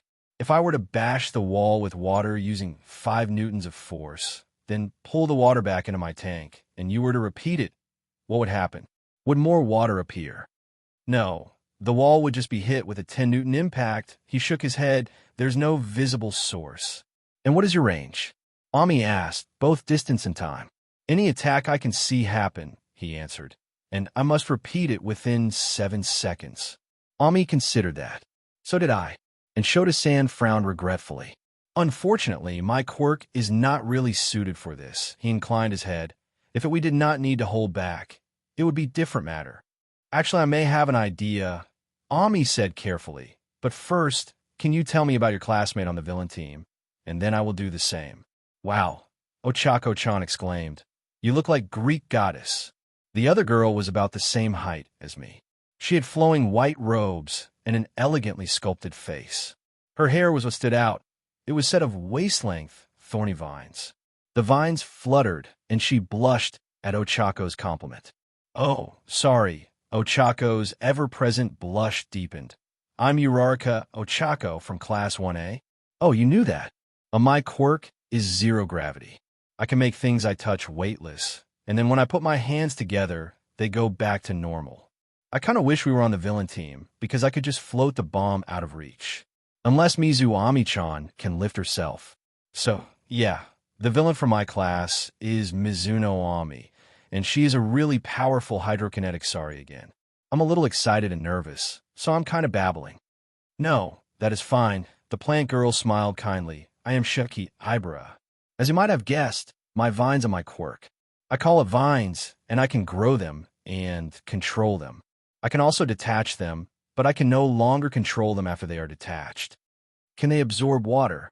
Ochako-chan asked. I haven't tried. All Might escorted Ochako-chan and Shiozaki-san to the building. Thank you for coming, he boomed to them. We have tracked a pair of thieves to this building. They have stolen a thermal negator. If it is not deactivated, it will reduce everything in a 20-kilometer radius to within a few degrees of absolute 0. Needless to say, that would be a destructive and deadly result. You have 15 minutes until we reach. The whole time All Might Sensei was talking, the building behind him was shaking. He trailed off at a particularly large boom. And in the monitor room, we were watching Ami-chan and Shota-san in awe. All right, go. All Might ended his exposition prematurely. The ladies ran forward and pulled the doors open, which was fortunate for them, because if the doors had opened inwards, they would have been stuck. Inside, the entrance was covered almost to the top of the door in a layer of dripping wet rubble. They quickly hollowed out an entry using their powers, Ochako making the rubble lighter and Shiozaki-san pulling it out with her vines, only to find the entire floor was covered with debris, and the inside of the building had been hollowed out. The floors and rooms of the 2nd, 3rd, and 4th levels had been knocked out and compacted. Only the support beams were left behind. There was a gap in the 4th floor's ceiling where the stairs up had been. What do we do? Ochako asked. Try to go up in here or go up the outside. My vines can reach, Shie-san said, but I suspect that your Mizuno-san will just knock them down with Shota-kun's help. Can you make us both weightless so we can float up? I can, Ochako said hesitantly, but I get nauseous when I use my power on myself. I'm still working on that. Plus, you would have to pull us up. Otherwise, it would be too slow, and they would be able to stop us. Shiozaki-san considered that. How strong are your vines? Ochako asked, looking around like how much can they live strong, not how much damage can they take strong. I would not expect them to be able to arm wrestle Midoriya-san, but they should compare to anyone without a quirk to enhance their strength. Ochako reddened and mumbled something. Then she lightly slapped her hands against her cheeks. She picked up a section of steel eye beam. It had to have weighed 30 kilograms, but I noticed she deliberately touched it with all 5 fingers. Also, the edges were incredibly smooth, having been cut with a water jet and an enhanced copy of said spray. If they want to hollow out the building, Ochako smiled dangerously. Maybe we should help them. She extended the weightless metal to Shizuki-san and said, "Would you please use a couple of your vines to throw this at the ceiling as hard as you can?" Shizuki-san nodded. Her hair wrapped the beam chunk and spun it out like a sidearm fastball.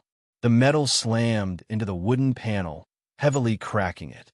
Then the beam just floated. Why did that work? Kirishima looked confused. Even if it doesn't have weight, it still has mass. I explained, like even if you were floating in deep space and fire a gun, the bullet would be weightless, but would still have force to damage something. The fact that it doesn't have weight just makes it easier to accelerate. It doesn't decrease the impact.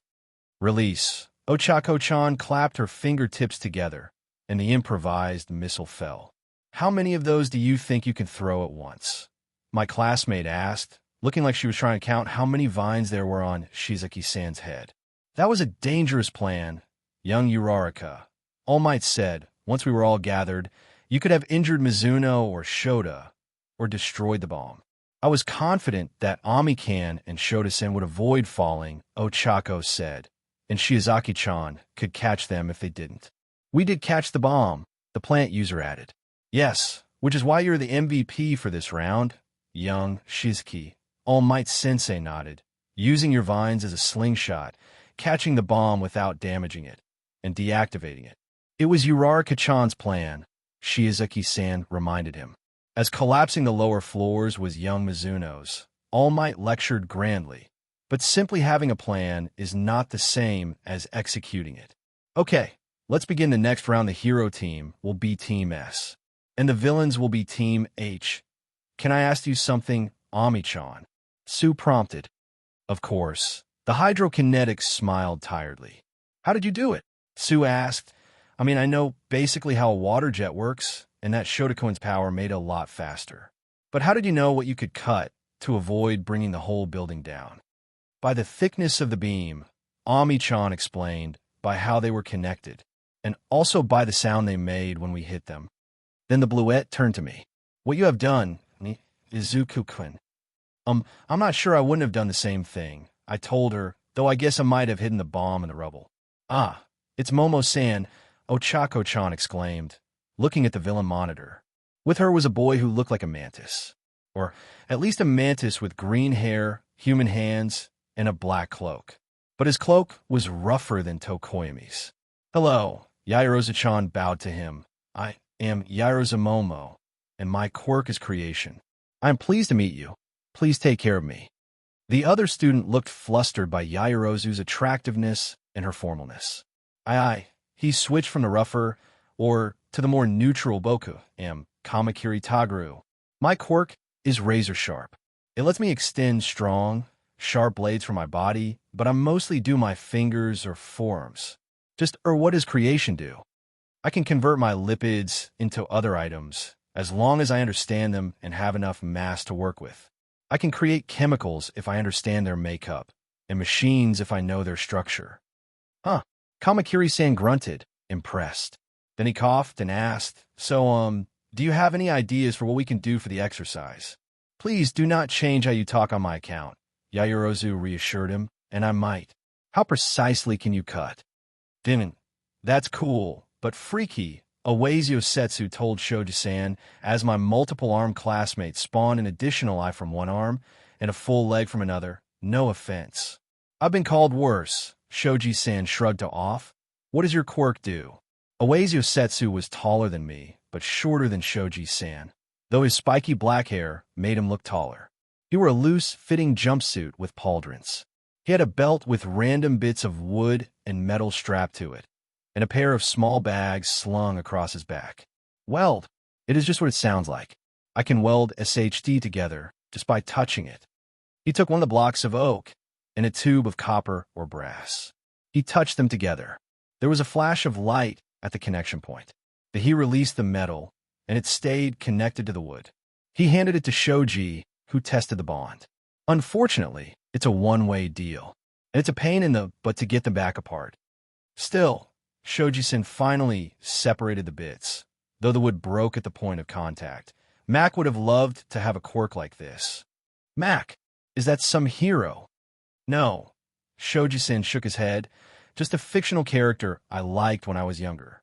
It is from a long time ago. I'm not surprised you don't know it.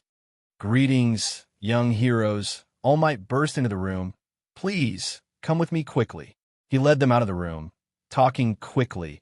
A pair of villains have assembled a device they call Heaven's Dark Arbiter. Even given that villains tend to give their devices frightening and hyperbolic names, it still sounds like something we do not want activated. Even though we don't know what it does, good luck. All Might Sensei concluded before vanishing in a flash. Go in the front. Shoji-san prompted. Away-san nodded. They quickly moved inside, but a cursory look showed the first floor was empty. This building had both an elevator and 2 sets of stairs. Shoji-san and Away-san chose the northern staircase and proceed up. The second floor was a mostly open floor plan. It looked like an old living room.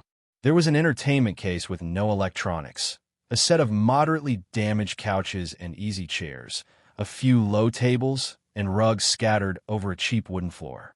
There were also boxes. On the floor, on the furniture, pasted to the walls, pasted to the ceiling. One half-heartedly tucked behind a love seat. I counted 17.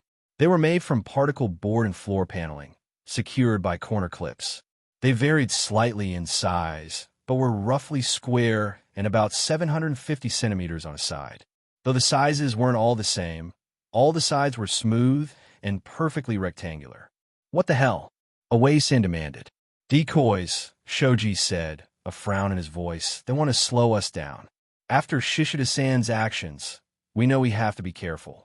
If we just smash the boxes, and one does have the bomb, but if we waste time searching them, it would be easy to run out of time. So should we ignore the boxes? Away-san said thoughtfully. Just find and capture them. That may be for the best, Shoji nodded. They hurried up to the 3rd floor. That level was divided into a number of offices, and there were more of the boxes. They kept going, and the 4th floor was like the 4th floor in our building had been, open to the north and rooms to the south. And again more boxes. Shoji-san and Away-san reached the 5th floor and froze as if expecting a trap, because Yairo-san was sitting on a folding chair, not 3 meters from the stairs. Her helmet was off, some of her zippers were undone, and she looked exhausted. When she saw them, she casually held out her wrists to them. What is this? Away-san looked around cautiously for Kamakiri-san. He isn't here, she told them. I do not know where Kamakiri-kun is, and I'm spent for making the boxes and their contents. Too much so to fight you. So you may capture me, but I cannot and will not tell you anything. Damn it, Away-san growled. But Shoji looked at her through narrowed eyes. Contents, he prompted. Of course, we have been able to watch as Yairozu manufactured digital clocks that looked very similar to the bomb. Made stink bombs and flash grenades. Even just some pillows. And also the clips to complete the boxes and glue to put them on the walls. Beyond the insides of the boxes, she had also made some rugs in addition to those originally in the building to cover up the holes in the floor as simple pit traps. She didn't answer him, and instead just gave both guys a mild yet knowing grin. Shoji-san sighed, manifesting 3 separate mouths to do it. Then he wrapped Yairozu's wrists in the capture tape, just to be sure. You think he's moving the stupid things around? Away-san asked as they went back down. Unless he is just hiding to ambush us, Shoji decided. The question being, do we dare split up? The answer was yes, they dared.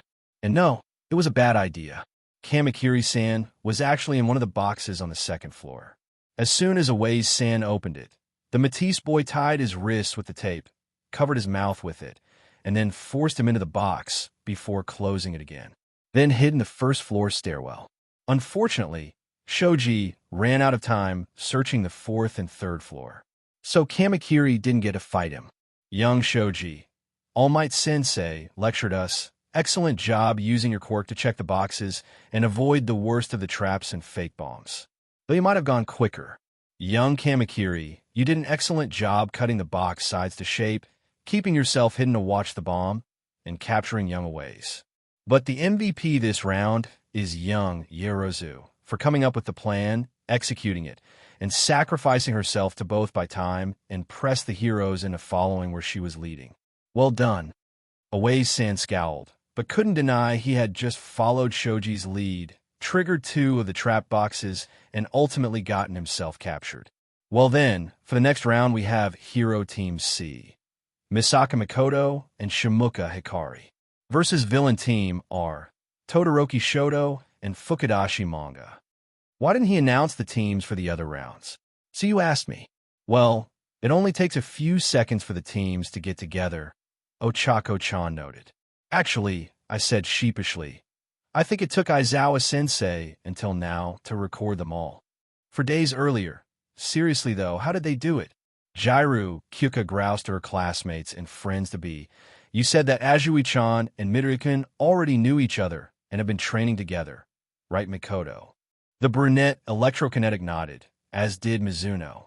But they've only known Kane-chan for 4 days, Kyuka continued, and their teamwork aside, their physical growth is abnormal. Maybe, Ami mused, but you might not think that if you knew Midoriya as well as I do. His physical growth over the past year has been astounding. Wait, Toru waved her hands. Just how short was he? He was only a centimeter shorter. The bluette shook her head. No, I meant his musculature. His muscle mass and flexibility have both grown by leaps and bounds. But his power is telekinetic, Momo protested. Maybe he is using it on his body. Mikoto suggested, like I can use my electricity to twitch my muscles even when I'm sitting. That's why I'm stronger than I look. Maybe he did something like splitting his muscle tissues and stretching his tendons with his power. That's not exactly how it works, Ami interjected, but something similar might be possible. And then maybe he could do the same thing for someone else. Ochako suggested, like for Kane-san or for us. But his power is tactile telekinesis, right? Kyuko smirked, meaning it has a short range, and he has to touch whatever he is manipulating. Wait, Ochako's eyes widened. So Ami's jaw dropped. Maybe he gave them empowering massages. Toru suggested brightly. And massages. Ami, Ochaku, and Mikoto all gasped in unison. Then the door opened, and all 6 girls turned to look. Hello. The subject of their conversation looked at them cautiously. Sorry if I'm a little late. He looked ready to run. That wouldn't do. That's fine, Kyuka said, her voice dangerously smooth. Mikoto reached out for the door's metal handle and forced it shut. 7/4 and 1,000+ favorites fireworks spectacular My Hero playthrough oh make. Best route part 2 Izuku. What's that? Sue whispered. I blushed through Gamer's mind and threw my hands up in front of the screen. Nothing, I insisted quickly. A stupid, silly mandatory quest. One I don't intend to accept or acknowledge. I'm hoping it will just go away if I ignore it. I looked at her desperately. Please don't look at it. It is embarrassing. She frowned but nodded. Of course, I wasn't that lucky. We went back to my place to study. But Siu proved that curiosity wasn't limited to cats. While I was putting my stuff away, she snuck around me. Before I noticed or could stop her, she looked at the screen, then let out a growling ribbit. Izuku, what the hell is this? I didn't ask for this. I don't want it. I complained defensively. I mean, sure, I've dreamed about it. Most men do. We are supposedly hardwired to pass on our genes to as many kids as we can. But no sane person ever thinks he's going to really have a H-arm. Not that, she barked, this 1 year. Die alone and aversion. What does this mean? Like I said before, stupid, I sighed. I could theoretically get 14 women to fall in love with me and agree to share me. But if I am one short, they will all dump me, and I will spend the rest of my life alone. Are you sure about that? She prompted dubiously. I mean, when have the other rewards or penalties been drawn out like that, Caro?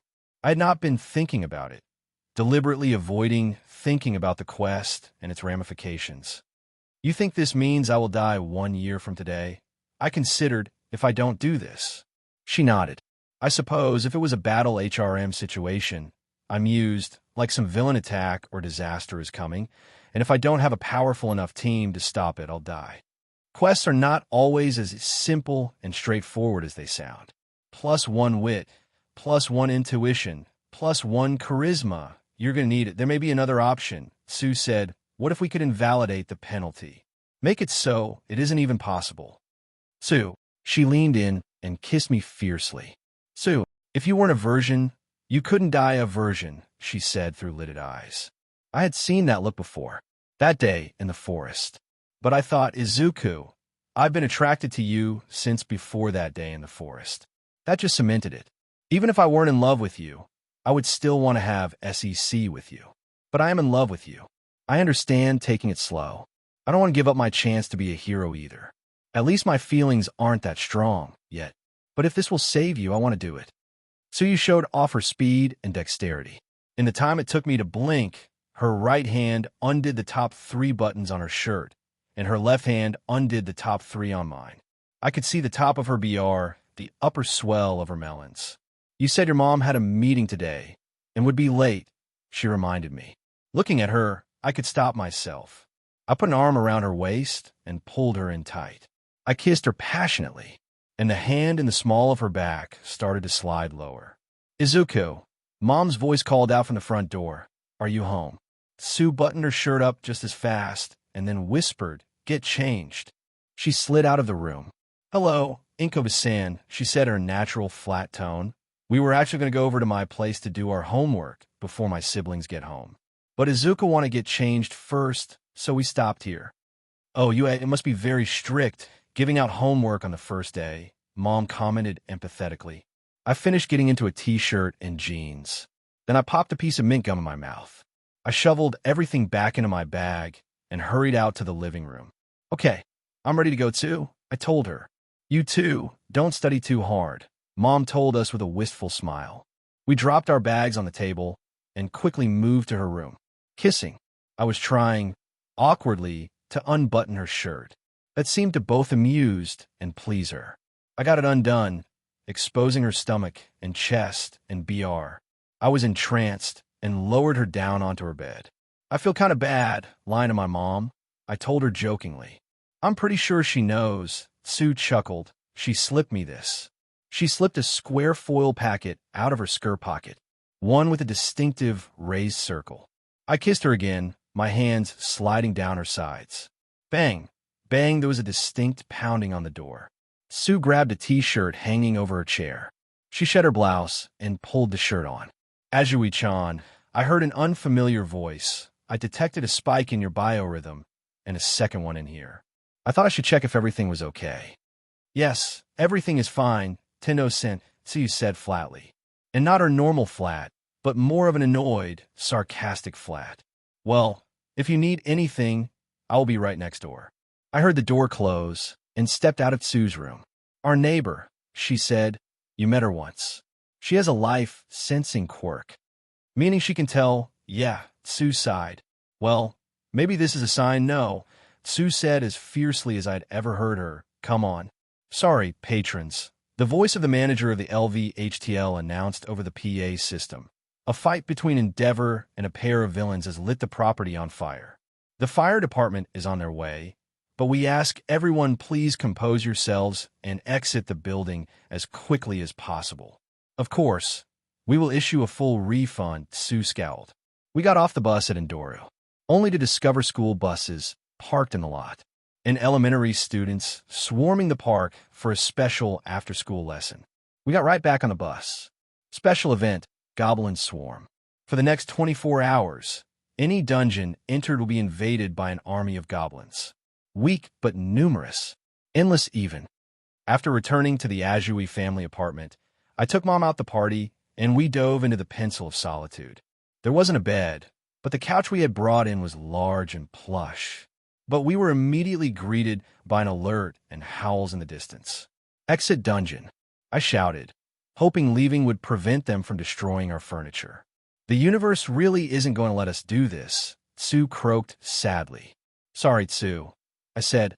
I don't know what we can do. Just ignore the message. She grabbed my hand and forced me to hit the accept button. I don't care if you have HRM, she said, tearing up. Maybe it is because I am part frog, but as long as I can have some of you, and know you love me, I don't care if you also love other girls. As long as you love them, and they aren't terrible evil beaches. No one-night stands. I just don't want this bomb hanging over your head. Our heads.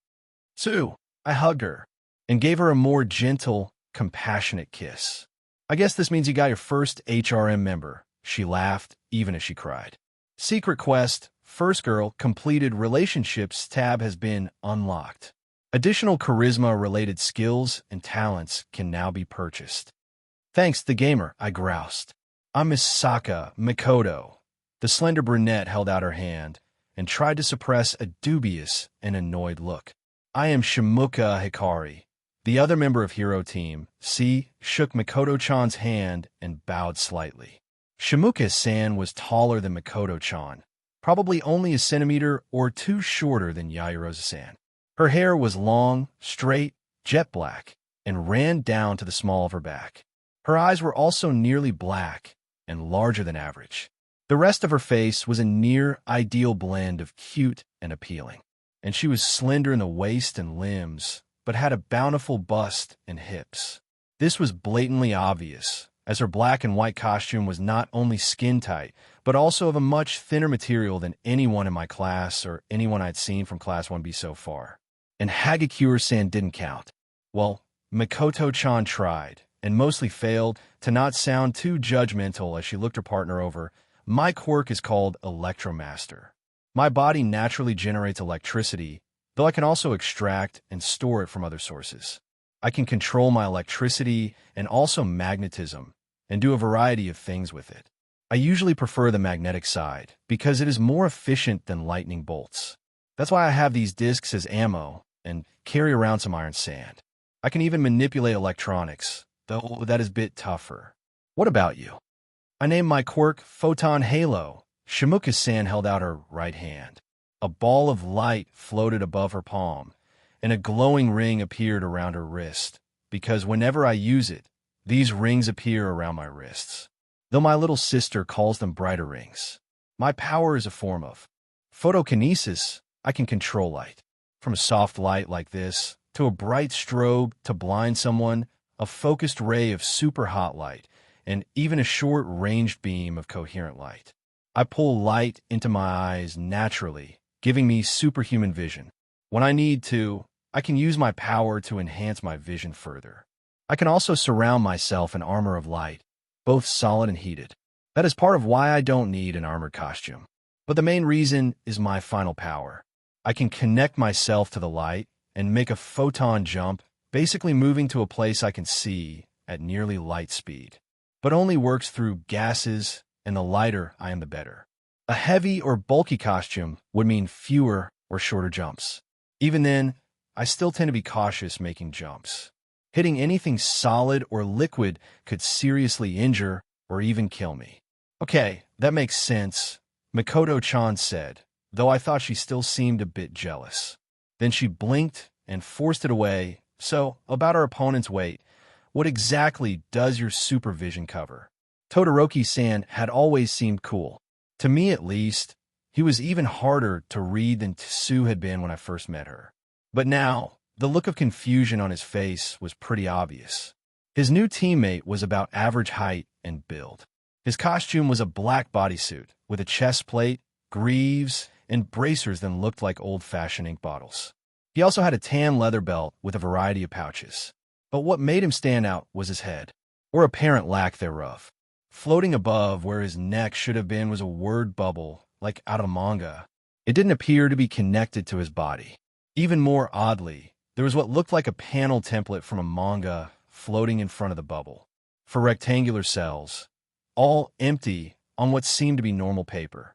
I couldn't tell if either or both of the page and bubble were part of him or part of his costume. "Hello, I'm Fukudashi Manga," he told Todoroki-san cheerfully. "Nice to meet you. Please take care of me." "Of course," Todoroki-san said stiffly. "I am Todoroki Shoto. A pleasure to meet you." "Thanks," Fukudashi-san said. "Oh, I guess I should probably take my mask off to be fair." He reached up and peeled the panel paper away. "That was a mask?" Todoroki asked, frowning. "Yeah, I know," Fukudashi-san chuckled. How many bubble-headed people are out there that I need to conceal my identity? I should just go for a full hood. But it's not for that. You see, what I say or think can show on my face. Literally. As he said the last word, the matching kanji appear in the speech bubble for a few seconds. And sometimes it happens even if I don't want it to. He sighed. I'm still working on controlling it, especially when I'm stressed. Let me tell you, it makes lying to my parents a huge pain in the neck. So, until I can fully MSTR it, this mask makes it harder for my enemies to know what I am thinking. I see, Todoroki-san said simply. Right, so about my quirk. It's called comic because it kind of makes my life like manga. See, when I say an onomatopoeia, the katakana appear in mid-air and the matching effect manifests. What's on a pizza? Ashido-san pursed her lips. Ami and I glanced at each other. I inclined my head to her. It is a self-describing sound word, Mizuno explained. That didn't appear to clear it up for the pink-colored girl, so Ami-chan continued. Like Naya or Wan, they're the sound a cat and dog make, but the words themselves also sound like the respective vocalizations. Oh, like bang or whoosh or pika, Ashido-san got it. The matching effect manifests. Todoroki-san parroted. It would be easier to show you, Fukudashi-san admitted. If I had a piece of paper, Todoroki-san pointed his right hand at the table, and a thin sheet of ice appeared standing on it. Oh, okay, that works. So, for example, Shing. The matching characters appeared in midair, and the ice fell, sliced cleanly in half. Or thunk. The piece of the ice, still standing shattered as if hit. Or whoosh. In addition to the letters, a small flame appeared, melting some of the ice. Interesting, Todoroki-san commented. It's versatile, Fukudashi-san admitted, but not that powerful. If that ice had been a couple of centimeters thicker, I couldn't have cut through it. And if I use my power too much, I get a sore throat. Do you know onomatopoeia for mist forming? Todoroki-san asked.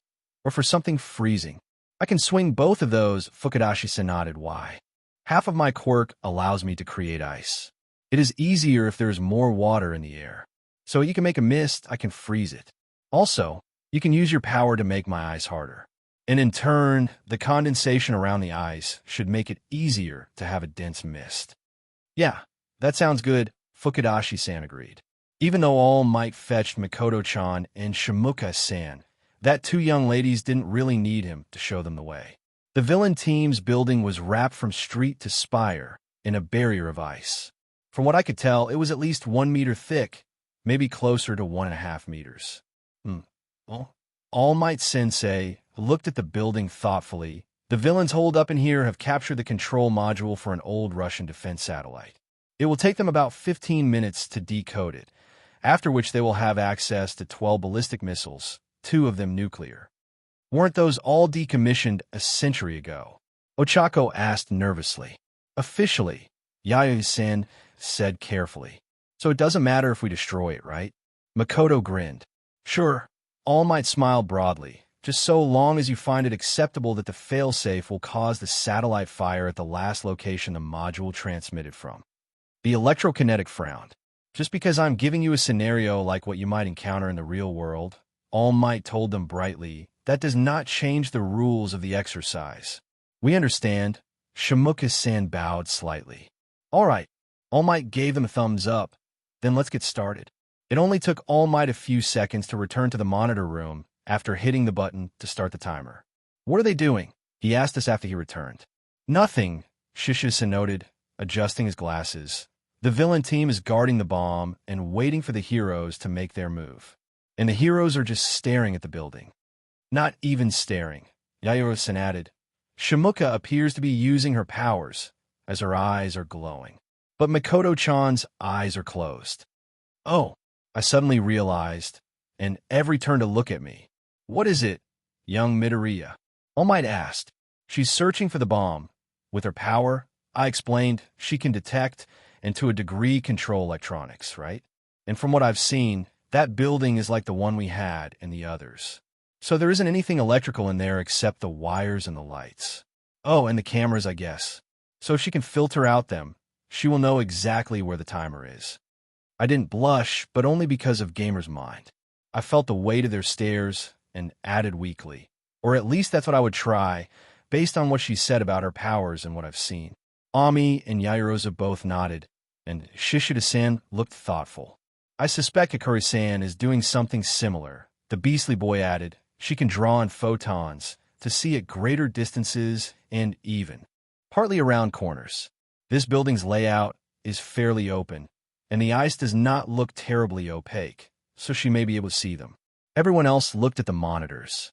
The floors currently showing were empty except for the elevator and stairs. Todoroki-san and Fukudashi-san were on the 4th floor, fairly close to one of the front windows, so they could use their powers. The bomb was between and slightly behind them on a folding table. So are they trying to figure out where to go first? Kirishima prompted. No, I don't think so. I said, that doesn't seem like Mikoto-san style. The slender brunette raised her hand. From what I could tell, she was pointing right at the bomb. A tracing shot out from her hand, marking the ice. I concur, Shimuka-san agreed. She pointed her palm at the ice, and a projection appeared on it. 2 human outlines in red, and a blue box at the same point Mikoto-chan had indicated. Great! The electrokinetics eyes snapped open, and she grinned triumphantly. Mikoto snapped one of the discs off her bandolier. Hey, Todoroki, didn't your mom ever tell you not to underestimate a Tokuwadai girl? She flipped the coin into the air. Lightning crackled down her arm. The coin dropped in front of her waiting thumb. She flicked it, straight at the bomb. The building shook for a moment from the sound of the sonic boom. Then from a hole, the size of a car, shattered in the ice. A smaller gap appeared in the brick face. Then the ceiling. Then the next floor's ceiling and the ice above it. She had aimed for the projection of the bomb on the outside of the building, so the railgun passed above it. Todoroki-san looked surprised, and a pair of exclamation points appeared on Fukudashi's face. You didn't say she was that strong. The speech bubble mimicked his words. She hasn't shown that power, Todoroki explained, even as he raised his hand and filled in the damaged barricade. Wasn't he paying attention in the quirk assessment? Yairozu prompted. We didn't actually see what happened to the softball, Ami offered. Most of us were more worried about what we were going to do, how we were going to survive, Tsu said. Izuku wasn't. Ochako smiled at me. Well, I have always been a bit obsessed with quirks and how they work. I waved it off. Boom. Mikoto punched through the ice again, this time aiming just to the right of Todoroki-san's head. Both boys flinched. He quickly restored the barrier, and this time made it thicker. Do you really think that is going to work? Mikoto grabbed a 3rd fake coin. Clang. This time the railgun bounced off with the sound of metal striking metal, and the actual word clang appeared next to where she hit. Nice, she grinned, a team defense. Maybe I can stop holding back. More than one person in the room shuddered. I didn't, but only because I knew her a bit better. But Mikoto glanced quickly over at Shimuka-san, her expression more serious. The other girl nodded, almost imperceptibly. It was only then that I realized the photokinetics back was glowing, visible to the cameras, but not to the building. And the rings she described were barely visible around her wrists, due to the bright sun glinting off the ice. Try this. Mikoto took 3 of the discs off her left sleeve. She flipped them all into the air, and as they came down, she flicked each one in rapid succession with her first 3 fingers. I know it was more about her power than actual coordination or dexterity, but it still looked pretty cool. Gatling railgun. Clang. Crick. The first one was met with another onomatopoeia. Only this time, the ice still cracked slightly, despite Fukudashi-san's reinforcement. And there was barely any time to notice that before the 2nd and 3rd shots hit. Not enough the time for Fukudashi-san to shout again. The 2nd punched a slightly larger hole through the ice than the first few attacks had. The 3rd widened the breach further. Then, Shimuka-san was gone. A blink later, she was standing right in front of the bomb. She tapped the button, she turned back around, and she vanished in a flash, reappearing next to Mikoto-chan. Hero team wins, All Might proclaimed. Was it a ploy from the beginning? Todoroki-san asked Mikoto flatly, once the 4 of them had joined us. Don't get me wrong, Mikoto-chan scowled. I am more than a little ticked to how badly you look down on us. Thinking that wall would stop me or Hikari-chan, and only using half of your power. At the very least, you could have created a smoke screen to block my vision, Shimuka suggested evenly. But yet Mikoto grinned. The plan was always for me to give Hikari-chan a straight shot to the bomb, and to buy her time to build up for the jump. That does make it less exhausting to slowly gather a sufficient mass of photons. So to speak, Shimuka-sen inclined her head to Mikoto-chan, rather than pulling them in immediately. And it was a good plan, young Misaka, All Might proclaimed, making you the MVP for this match. As he turned back to the boxes, Todoroki-san continued to stare at Mikoto-chan. Do you have an issue with me? He finally asked. You mean aside from how cold and smug you are? She barked. He didn't respond. She closed her eyes, tilted her head down, splayed her fingers of her left hand across her forehead, and sighed. Look, I guess I shouldn't hold what your parents did against you, she admitted, especially when I don't have all the facts. What did my parents do? Todoroki sounded interested and maybe a little worried. They got married. Mikoto frowned at him.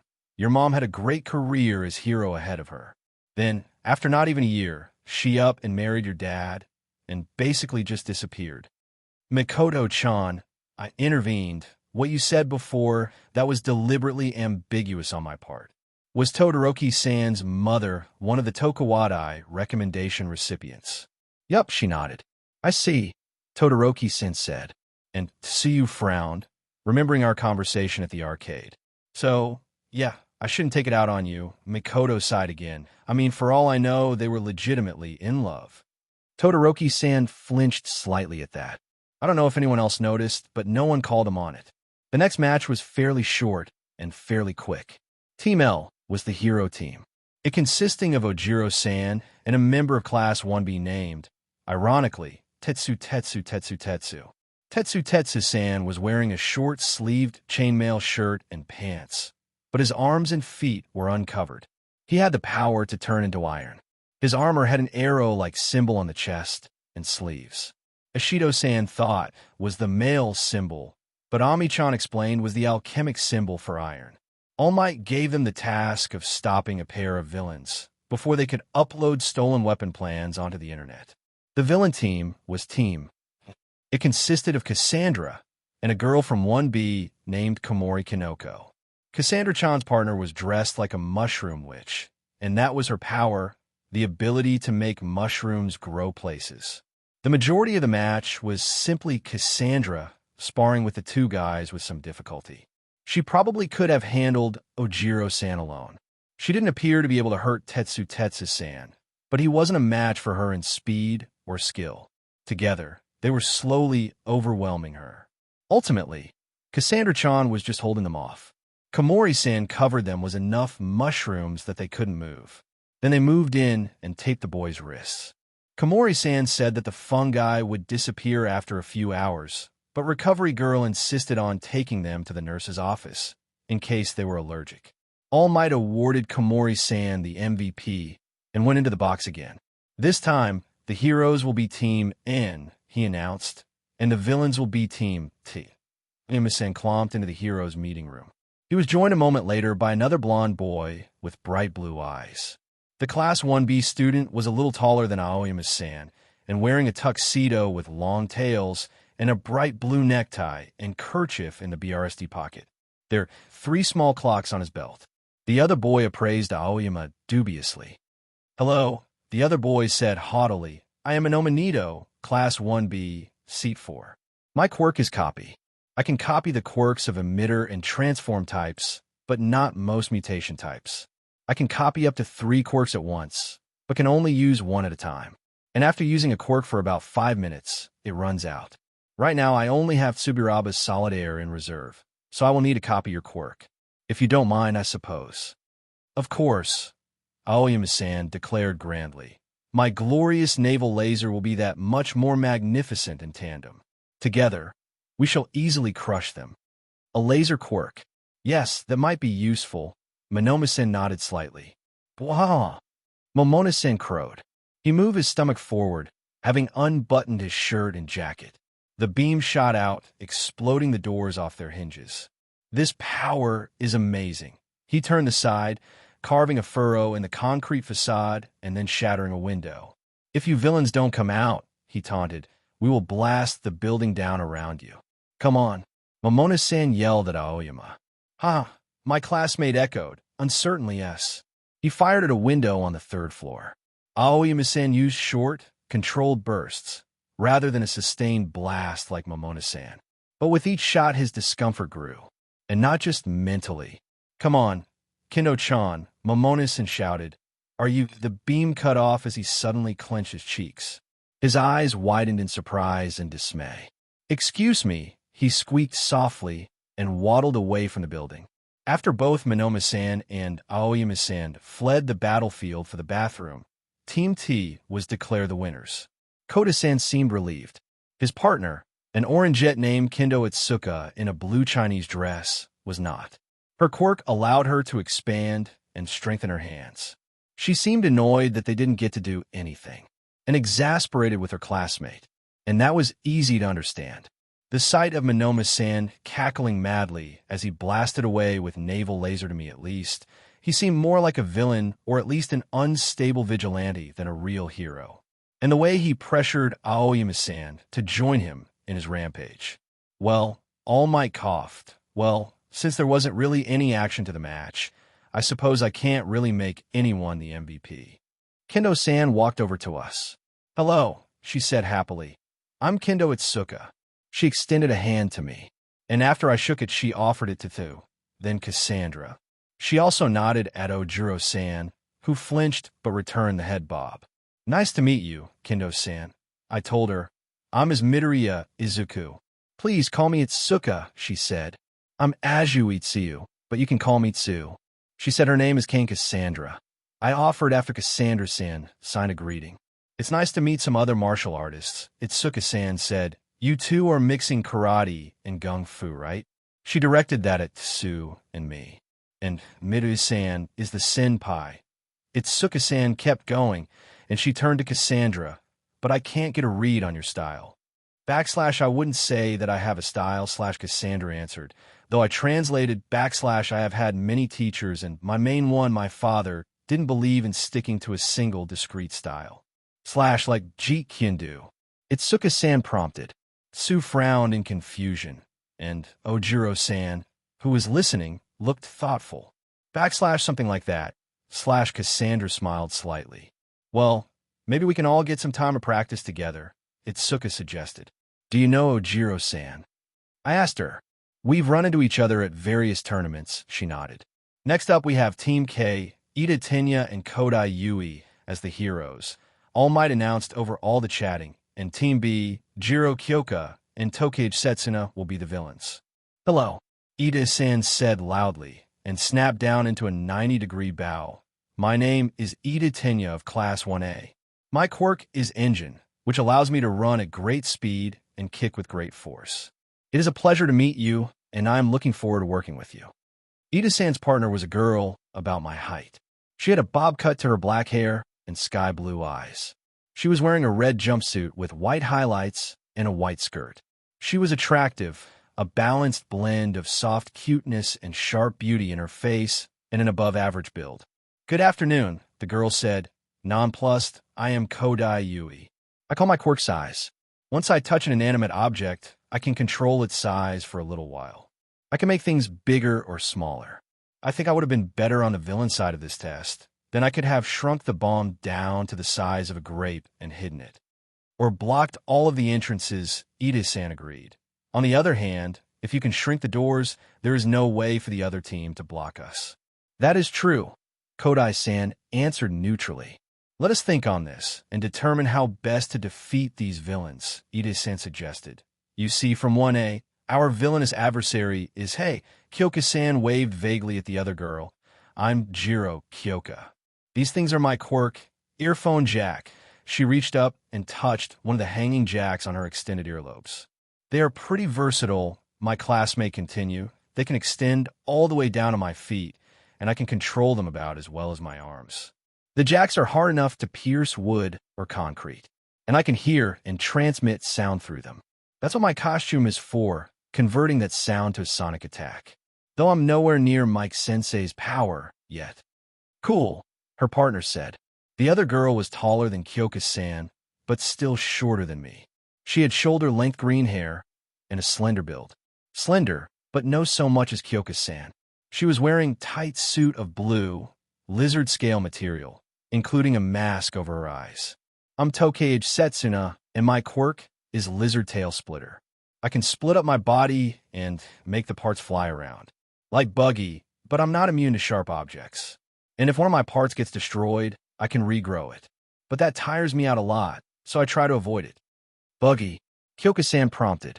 A character from a really old manga. Tokage-san waved at ask your nerd friends. I shuddered at that. Anyway, Tokage-san said, I was thinking about what your classmates said about floating the bomb.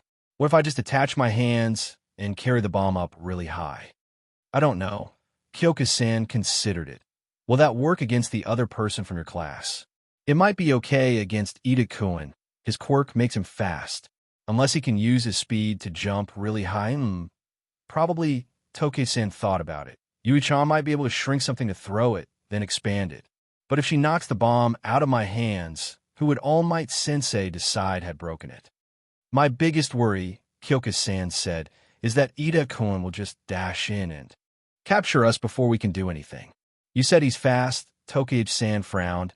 Is he supersonic? No, Kyoka-chan tapped a speaker. No, he isn't. And if you can carry the bomb with your detached parts, then the tape should be no trouble, right? The villains won, fairly easily. Kyoka-chan blasted Ida-san and Kodai-san, keeping them distracted and off balance with a noise we could hear all the way over here. Tokage-san floated her ears up above the building, so it wouldn't have as much of an impact on her. Then she tied them up while they were doubled over in pain. Oh, and All Might's story for that match was that they were part of a villain gang that split up, and they were just using a normal bomb to try to kill their former comrades. He declared Kyoka-san the MVP for the plan and use of her quirk.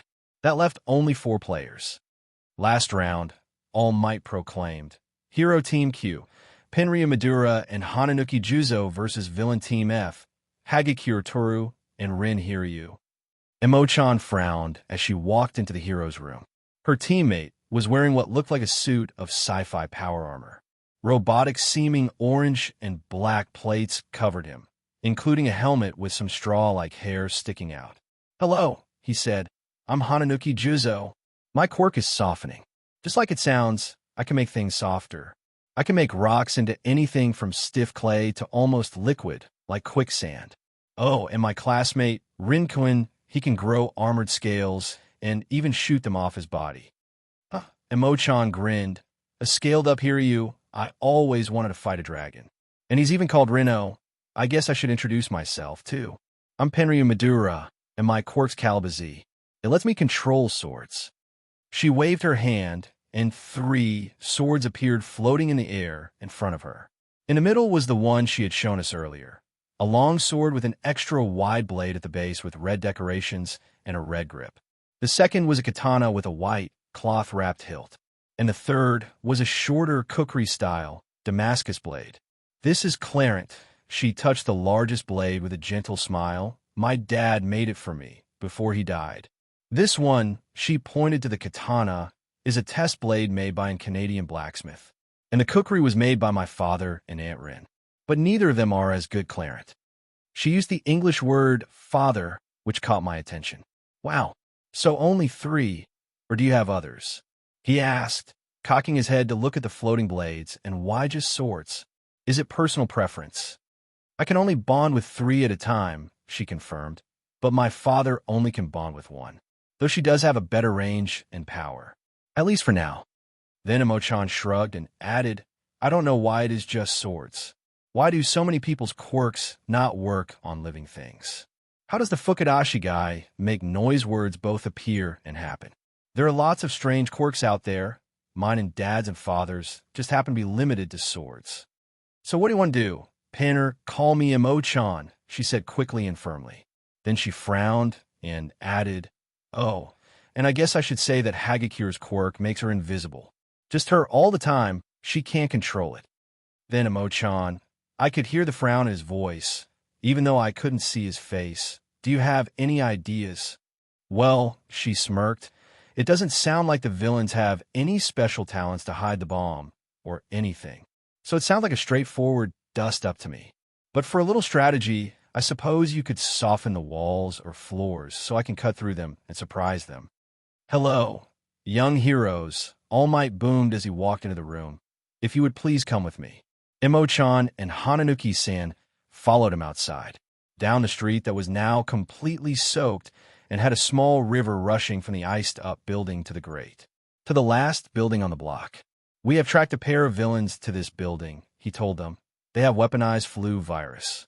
It is highly contagious, has a near-perfect mortality rate, and they plan to disperse it across the entire prefecture. You must stop them before their aerosol phoginator is fully powered up. I will leave you to it, starting now. They ignored the door. Instead, Hananuki-san walked over and placed his hands on the wall. The change was barely visible. When he removed his hands, the brick wobbled slightly. Then Imo-chan gestured. Clarent and the katana flashed, and a circle fell in. She deliberately angled the cuts, so gravity pulled the brick plug free. They seemed ready to jump in, but paused when they saw what the rest of us had already seen. There were strips of capture tape everywhere. Each one was about 25 centimeters long. Some were just lying on the floor. Others fluttered loosely, stuck to the walls, or ceiling by a tiny patch at one end. What is this? He asked. Are they hoping we would just charge in and get stuck like the frog girl did? Sue frowned, both at his not remembering her name and at the misrepresentation of what had happened. Hagakure-chan, Imo-chan realized. The invisible girl. He looked around thoughtfully. Right, if she just carried around a roll of capture tape, we would see it, the swordswoman said. But this way she can sneak around, he nodded, grab a SDRP from close by, and secure us. So what do we do? He continued after a second of thought, going back to back. Try to clear them out. Just stick close. Imo-chan grinned sharply. No complaint there, he said softly. They entered through the breach. Then Imo-chan set her 3 swords spinning around them. The hero pair shuffled forward, making sure not to step on the tape, on the off chance it would be counted against them. The whirling wall of death kept Hagakure at bay. If she was even there, I had lost track of her after the villain team finished setting out her ammunition, probably like Hagakure-san intended.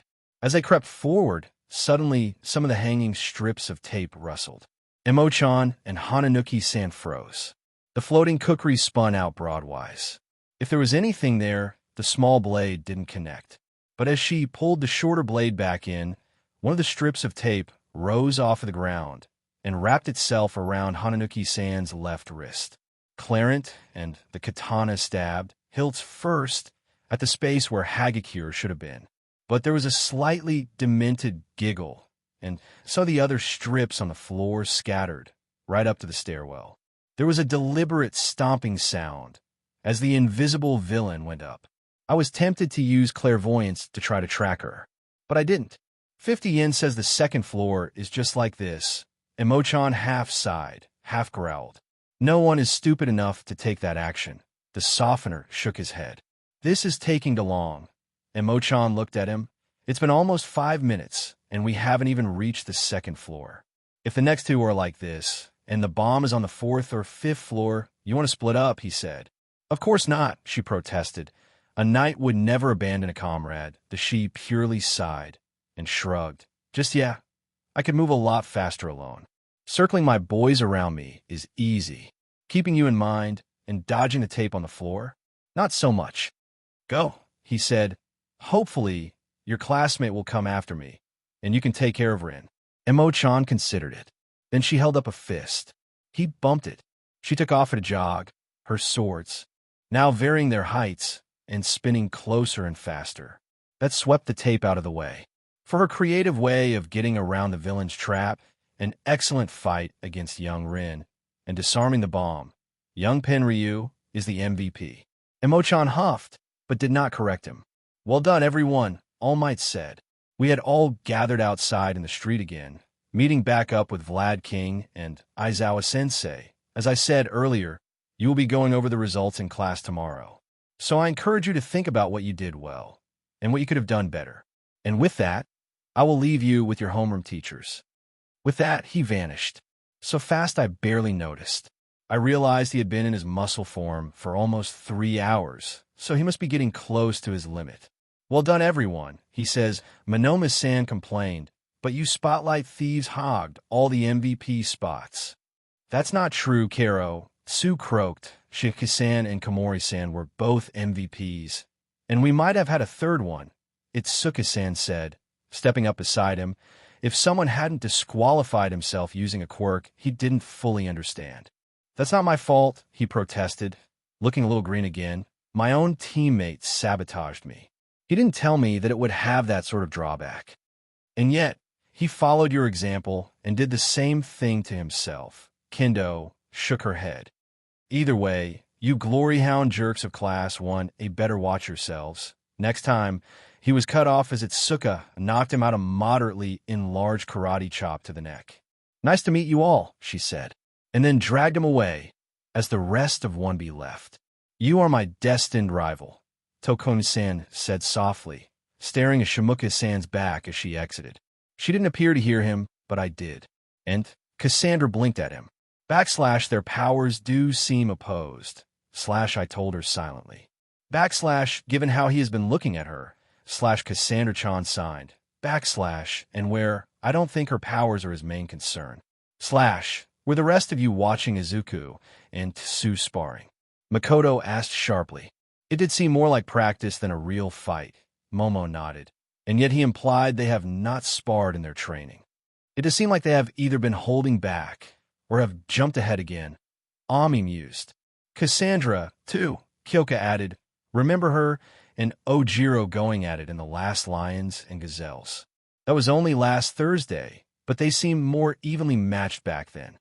That could have been the type of fight in the open field, Momo countered, the most well-trained in martial arts of the 5 of them. Her quirk does seem advantageous in defensive combat. And today, she was able to use the hallway to limit their movement somewhat. I have an idea, Ochako suddenly said. What if we think about some questions and try to find out what they are up to when we do the review tomorrow? It would make sense to be talking about it then, right? Ami considered it, as did Momo. And Makoto and Jiro grinned. Okay, ladies, let's get down to business, she proclaimed, strolling casually through the crowd of villainesses. Don't want the boys showing us up. She was about average height for the group, despite the fact that she was Caucasian and they were mostly Japanese. The right half of her hair was red, the left half was blue. She was wearing a full-body catsuit, divided into 4 quadrants. The bottom right and top left sections were pure black. Then upper right quadrant was dark red, but was patterned to look decayed. The bottom left was BLD red, but it clawed like tears out of it. The whole outfit wrapped tightly around her toned limbs and above-average curves. She was carrying a sledgehammer like a cane and had a gray tube on her belt. She reached the front of the room and found the other women glaring at her. In the front was a shorter, more slender girl in a sleeveless, high-neck, maroon CRP top and matching shorts and boots. Her brown hair trailed all the way down to her knees. Next to her was a woman in black, except for gray and purple striped sleeves, and her hair was like snakes made of concrete. Behind them was a taller villainess in a short purple dress and a blue mask, her quirk giving her oversized gorilla arms. Who put you in charge, Gaijin? The brunette snapped. Her hair lifted and shaped into swords, spears, and even drills. She just smiled broadly at them. Then she leaped forward. She grabbed 2 of the brunette's follicular spears. As she did, they dropped down as limp as normal hair. The brunette reacted well, trying to cut her with the hair swords. Unfortunately, they also stopped moving when they touched the Caucasian. She used the brunette's hair to pull the protester's face into her rising thigh. If she had wanted to seriously hurt the idiot, it would have been a knee to the chin or nose. The meat of her upper leg did less damage, just giving her opponent a bloody nose and mild concussion. As she tapped the stick end of her sledge against the back of the brunette's knee, forcing her to kneel. Then finally, she snatched the duct tape off her belt and wrapped the protester's hair from just below her shoulders all the way down to the tips. Then she casually flipped backwards. She landed with the tape spinning around the haft of her weapon, again holding it like a cane, just this time hammerhead down. And she glared at them. Most flinched. Listen up, Beaches. You want to know who put me in charge? Sensei and Mr. S. I'm number 3 in the league, and the only reason that Smoky Bartender is ranked higher is because of his quirk. Somehow, none of them doubted her. You don't want to be here. You can tend to be small fry. Fine. Leave. No one is forcing you to stay. But if you want to be useful, you want to show those TSDRN-addled jackasses something. Then shut the F up, and let's get to work. Then she smiled sweetly at them, and the murderous rage seemed like a bad dream, because there is no way I'm going to look bad in front of Pooh Missed Us. Then she rolled her eyes at the recovering brunette, who was clawing desperately at her gummed-up hair. And someone want to get some scissors so we can give Mindy here a trim. My name's not. The brunette started to argue weakly. The leader's smile widened, and the head of the sledge came off the floor. I can be Mindy, she whimpered. I did my homework. I ate dinner. I finished my homework. And the whole time, All Might's words echoed through my head. Think about what you did well, and what you could have done better. It would be easy to say that we won, and All Might called me the MVP. So I could say that I did it all well. But really, what had I done? I took out my phone and hit the 3rd number after home and mom. Hi, Izuku, Sue answered after 2 rings. She smiled at me, and I could see her room behind her. Hi, Sue. I responded with my own grin. How are you? Good, she answered. And how are you? I'm good too. I told her, but I've been doing a lot of thinking about today. And that is why I called. Not that I didn't just want to talk to you. I wanted that too. She looked amused. So what's up? Well, because of what All Might said, I was second-guessing what I did. Was it really right to trap you like that? I know the rules allowed it, but would it have worked in the real world? If it had been real HNDCFFS, maybe you would have been able to slip out or break them. Not if they had been anti-villain HNDCFFS. She cut me off to remind me. If Endeavor can't melt them without seriously hurting himself, and All Might needs a few minutes to break them, then someone like me would never have had a chance to get out of them. Probably, I hedged, thinking about her abilities. But if it had been the real world, or really anyone other than you, I wouldn't have known that that would work. Also, I think I owe you an apology. You already apologized, she pointed out, and I told you didn't need to. Not for trapping and leaving you. I shook my head, because if you hadn't been fighting me, you would likely have done better. When you tagged me at the beginning, I got a paralyzed resistance skill. So if it had been someone else, you might have stopped them right then and there. Ribbit, she frowned at me. That's interesting. I thought Gamer's body already made you immune to that. No, I pivoted my head again. That's Gamer's mind and mental type statuses. Gamer's body doesn't say that it gives me any resistance to paralysis or poison or anything like that. Then I grinned sheepishly. I was actually thinking of asking you to use your oils on me sometimes to help me build up resistance skills. Like holding your hand, she prompted, a sparkle in her eyes, or maybe giving you a back rub. That might not be too bad, I agreed, Gamer's mind keeping the blush out of my cheeks. Well, since we were talking about class, she decided to stop teasing me. Or was it flirting? Do you have any ideas about what I could have done better? I considered her question for a moment. Well, I was wondering why you sparred with me. I told her I would have expected you to cling to the walls or ceiling outside of my range. Then you could have smacked me around with your tongue. I didn't think of that, she admitted. After the initial attack, I was in melee range and I got caught up in that. Also, I added another light bulb later. I know your oils don't do anything to your skin. But what if you ingest them? Ingest them, she prompted, confused. I was thinking you could coat your tongue with your oils. Then you could poison or paralyze opponents from further away. I don't know, she frowned. That sounds kind of weird. Licking my hands a bunch would probably make me look like a villain. Besides, I don't know if it would work. Yeah, I thought that too.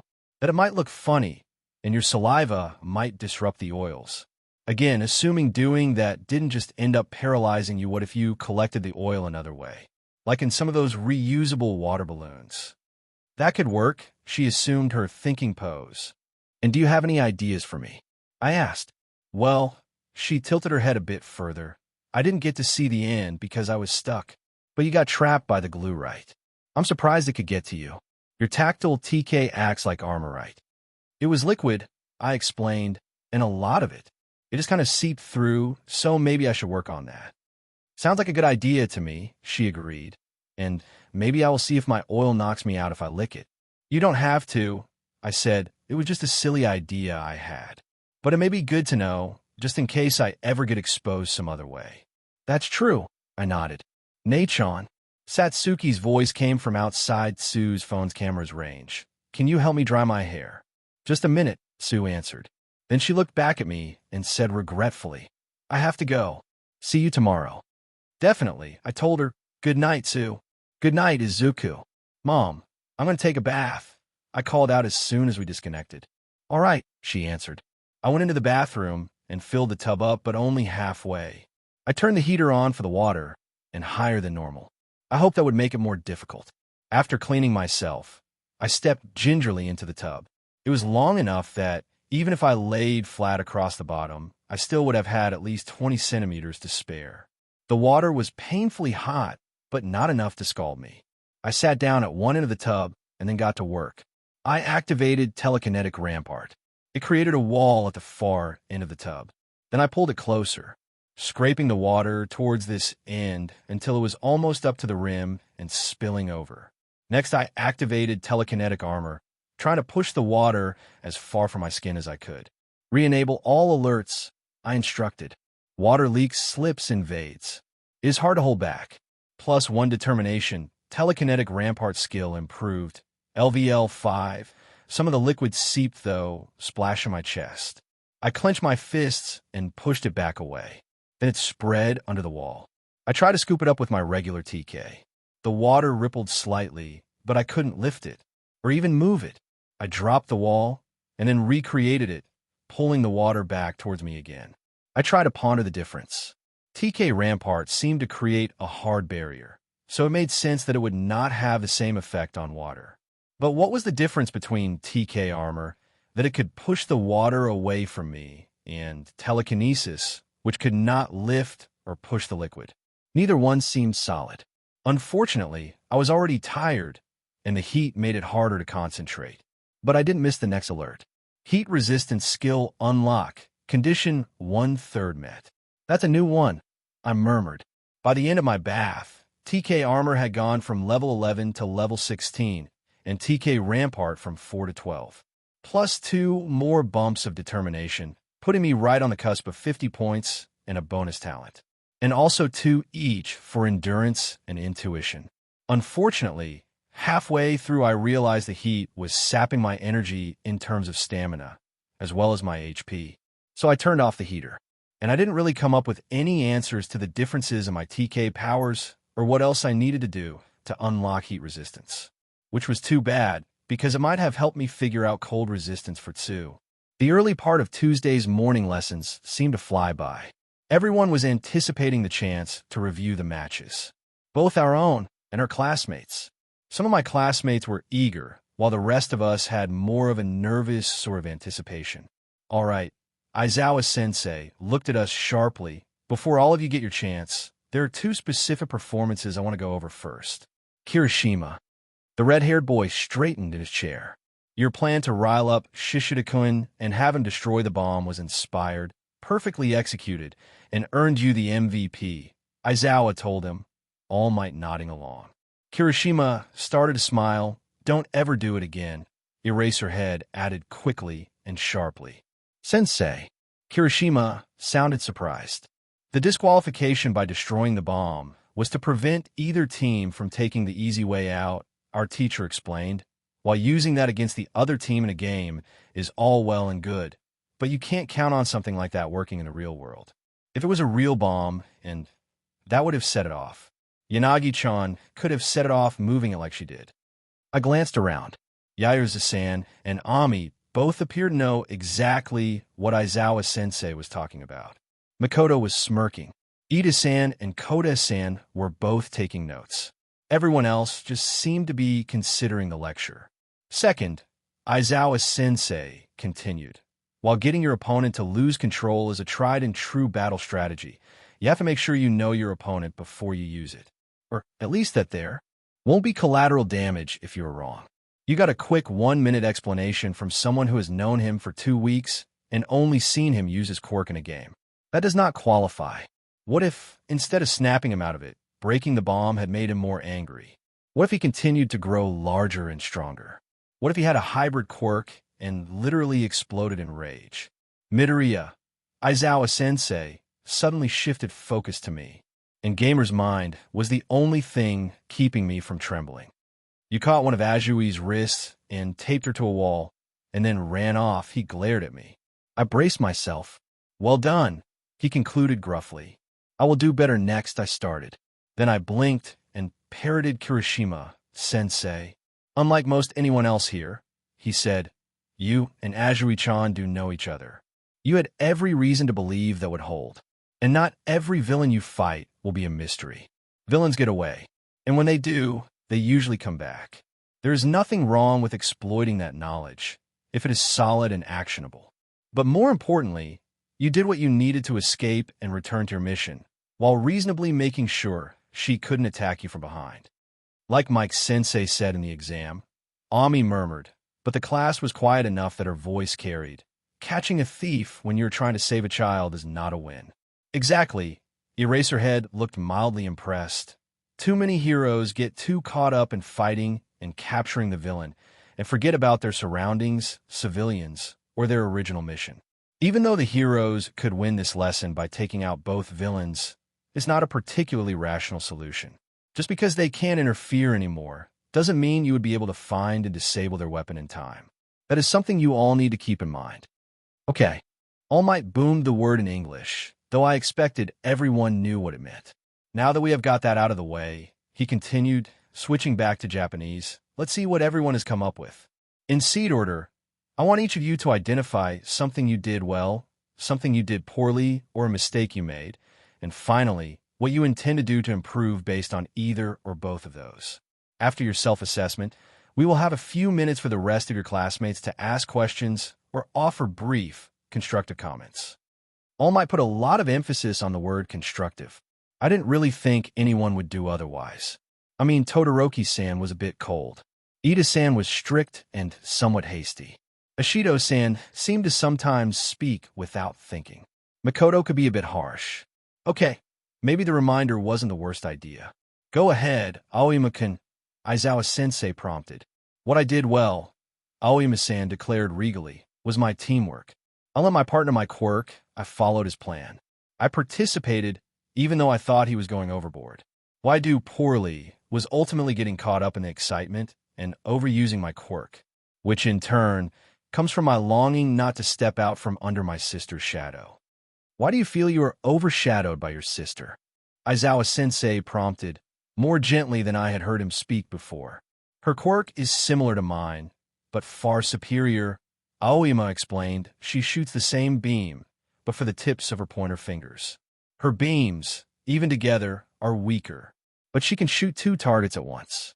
She can aim more easily, and because the beams are weaker and come from her fingers, she can shoot more before it starts to hurt her. I even heard she has even learned to make her lasers curve her slightly. You heard. I mused. We, he nodded. Minako, she went to hero school in London, living with our grandmama.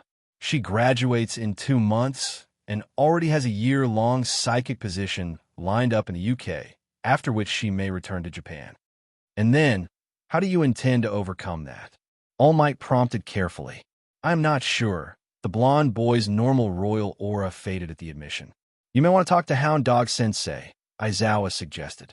Then he looked at the rest of us, and some eyes turned my way. Well, what's your workout routine? Kirishima-san immediately asked, half flexing his right arm.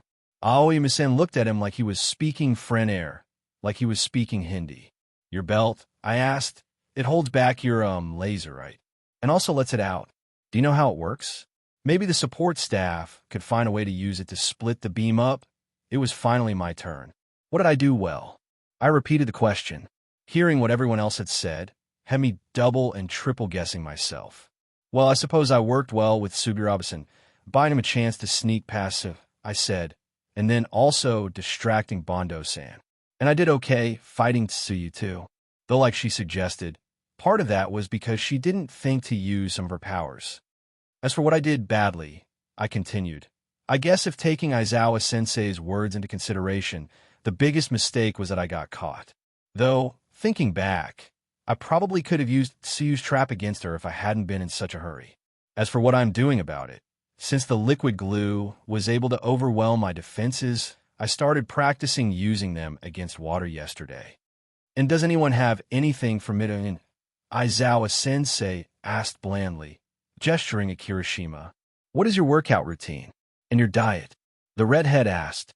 I was not surprised, since he had asked all of the guys and most of the girls about how they ate and exercised. Well, for breakfast, I usually have cereal and fruit on weekdays, and a more traditional Japanese breakfast on the weekends. For dinner, mostly it is just whatever my mom cooks, depending on what we are in a mood for and what is on sale at the market. Though she does make this really good pork cutlet katsudon, with bacon and ham too. I don't really have a workout routine, I continued, especially since classes started here. Before that, Sue and I used to go to the park, and we just did whatever we felt like, martial arts or parkour or target practice, sometimes yoga or swimming. Though I did jog almost every day and wear exercise weights the whole time. How much weight? Aizawa-sensei asked. 15 kilograms on each arm and leg, I told him, and another 25 on my vest. And you were talking about martial arts yesterday with Kendo-san. Ojiro-san said, perhaps you would be willing to tell us who your MSTR is. Oh, I don't have one, I admitted. I learned from manuals. And there was those old American film, where the main character worked in a theater and learned kung fu by mimicking movies. I don't have a giant projection screen, but I still tried to do the same thing. You learned all of that from books and movies, he prompted incredulously. Mostly. That and practice. Is that even possible? Ojiro-san didn't seem to believe me. I wasn't that surprised. It wasn't like I could tell him about my skill points. Well, someone had to come up with the moves in the first place, right? Zero mused. At least these two had some references to go off. Actually, Tsu pointed out, I didn't read any of the books and only watched some of the movies. Izuku taught me most of what I know, besides most of the moves tailored to my quirk. So, are you really using your telekinesis to manipulate your muscles? Hagakure-san demanded. I frowned at her. I'm not sure what you mean. I told her, I do use it to reinforce and strengthen myself. Is that what you mean? No, like using your power to actually change your muscles. She said, muscles get stronger when they get damaged and healed, right? So you could do that directly with your powers. Whoa, that sounds really dangerous. My eyes widened as I thought about that. I wouldn't be able to see what I am doing and don't have that fine of control to work on individual cells. It might be possible, but I'm definitely not there yet. I noticed more than a few of my classmates looked disappointed at that. Specific classmates, so, no enhancing massages, Ochako whispered to Ami in relief, after class let out and most of the others left. Not yet. The Bluette agreed, gratefully. However, going around like this feels sneaky and disingenuous. What are you thinking? Ochako asked. Something I learned from a story I read. The direct approach. Sue, Cassandra, and I went to All Might's office after classes let out. Mom was going into the office today. We decided to save money on the train, and we would just let her be pulled into the dungeon when we entered. For today, All Might took charge once we were inside his reflection.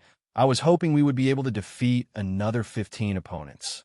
We only beat 5 last time, Mom reminded him cautiously.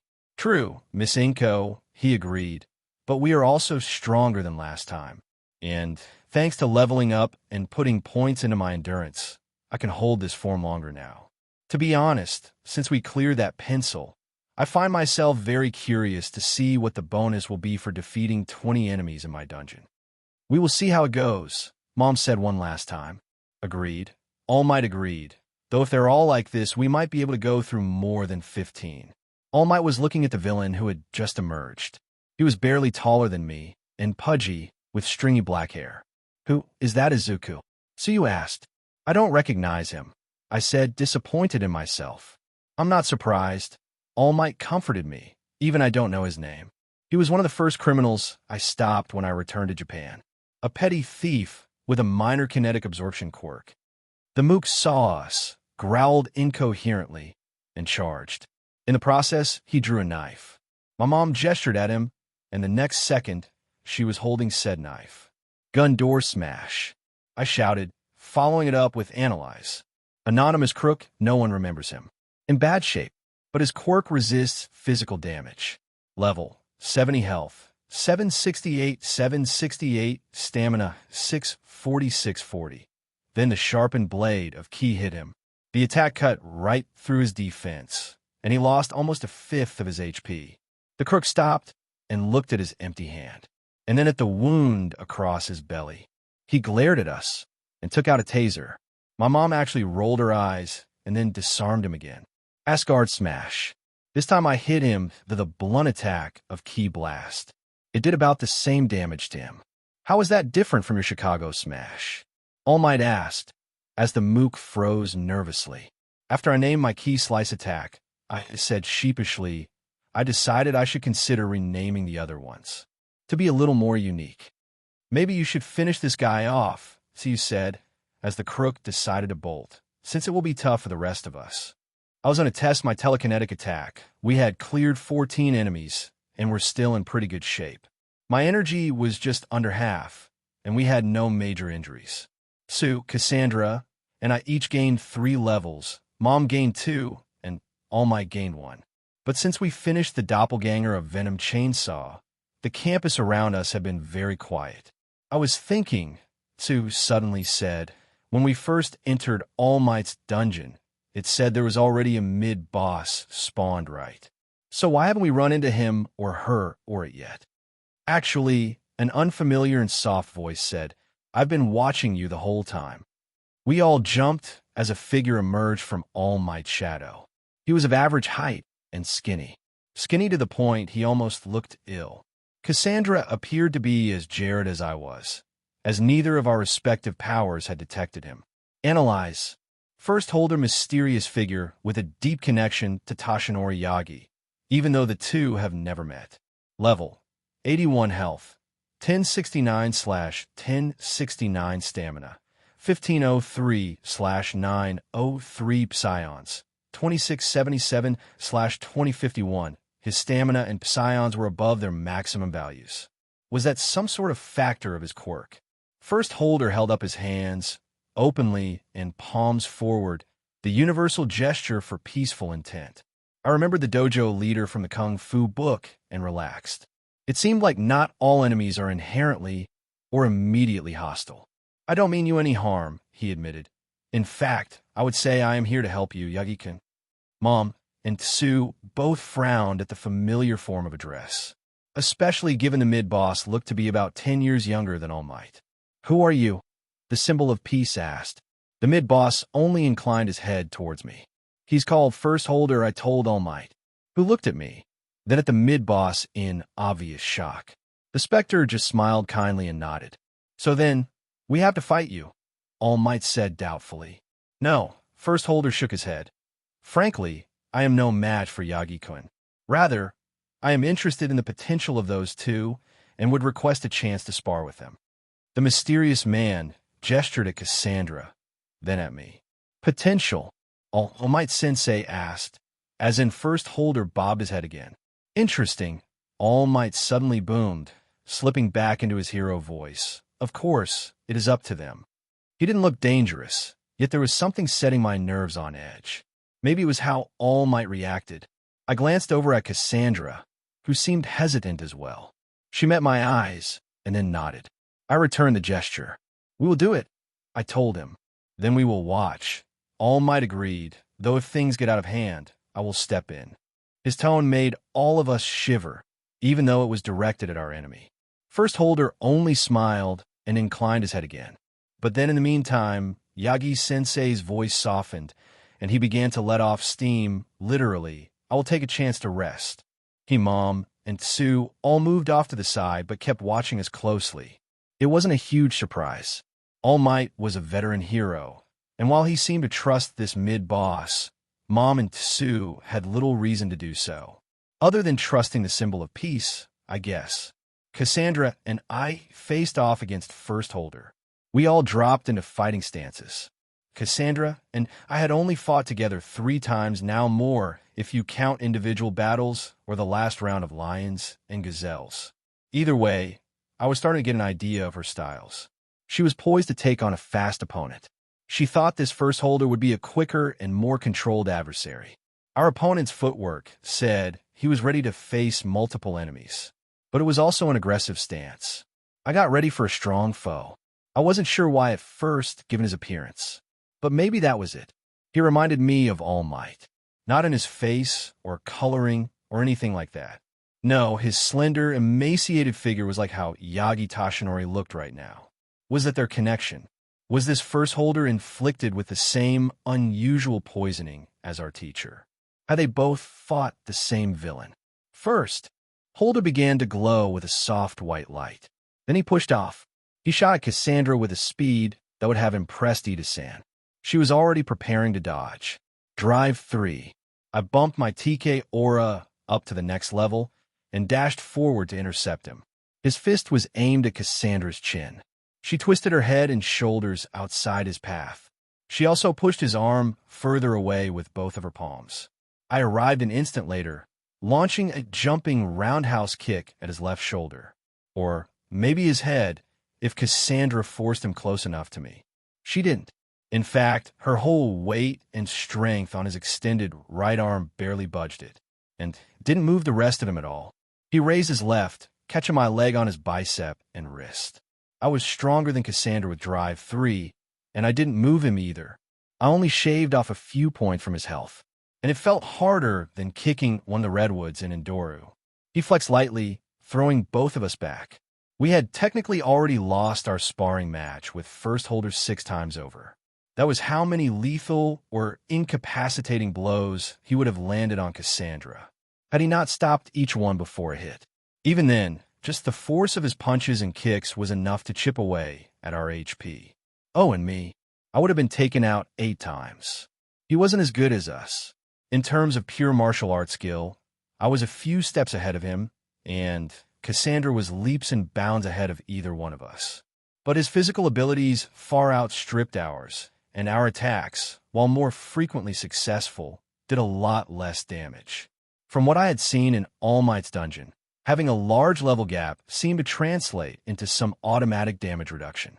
I hoped that didn't also apply in the real world. On the plus side, as the spar dragged on, my physical abilities and martial arts skills were improving at a steady clip. You two should stop holding back. First holder chided us. I am not a real person. I am a product of Midoriya-san's power and Yagi Koen's soul. And frankly, you won't beat me like this. Keep this up much longer, and I will knock you both out. You need to use all the weapons at your disposal. I suddenly stopped and stepped back, asking, may we have a moment? First holder looked almost relieved and nodded. Cassandra, do you know any weapon styles? I asked. /yes/ she answered. /many. Though I don't like to use most of them, and don't have any weapons. What about this? I asked, can you use this? I opened my inventory and took out the purple heart tonfa. I held it out to her. Cassandra's eyes widened as she took the weapon.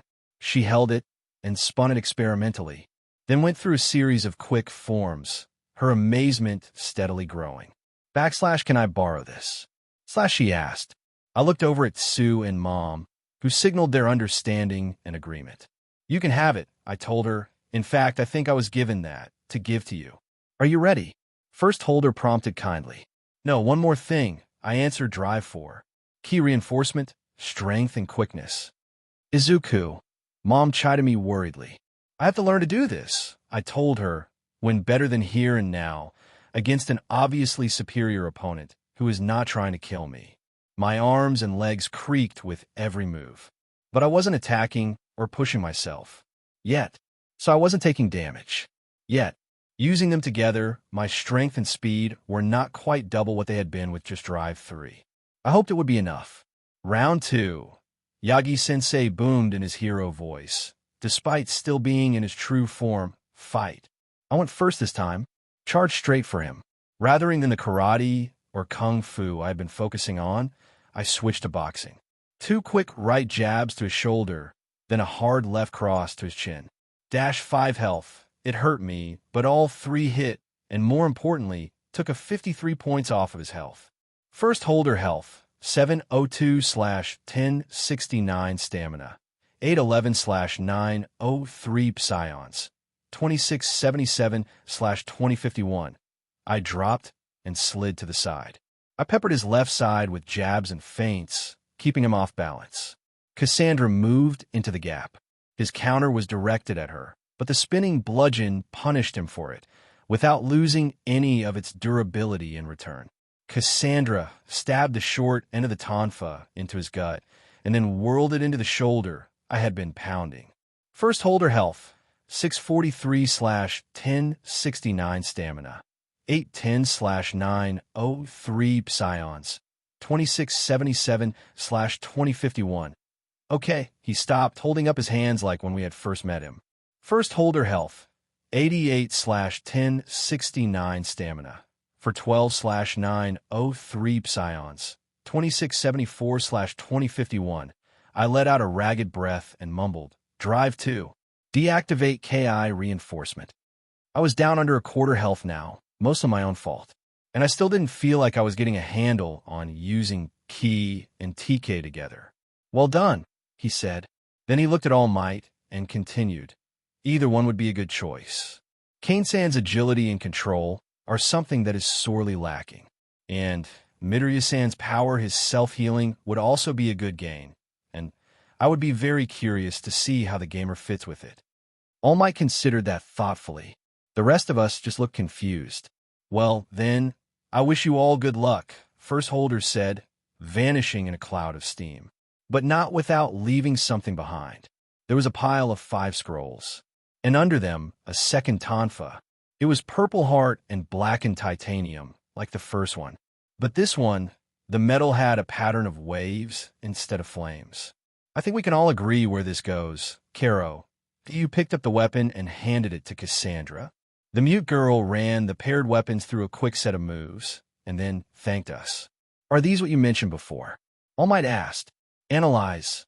Scroll of Physical Resistance. Tashinori Yagi, a rare drop usually only found in true skill books from 5. Tiza. But it appears Ofa was able to break the rules. Acts as a skill book for the bonded individual. Durability. 1-to-1 quality. 0/7 cannot be strengthened."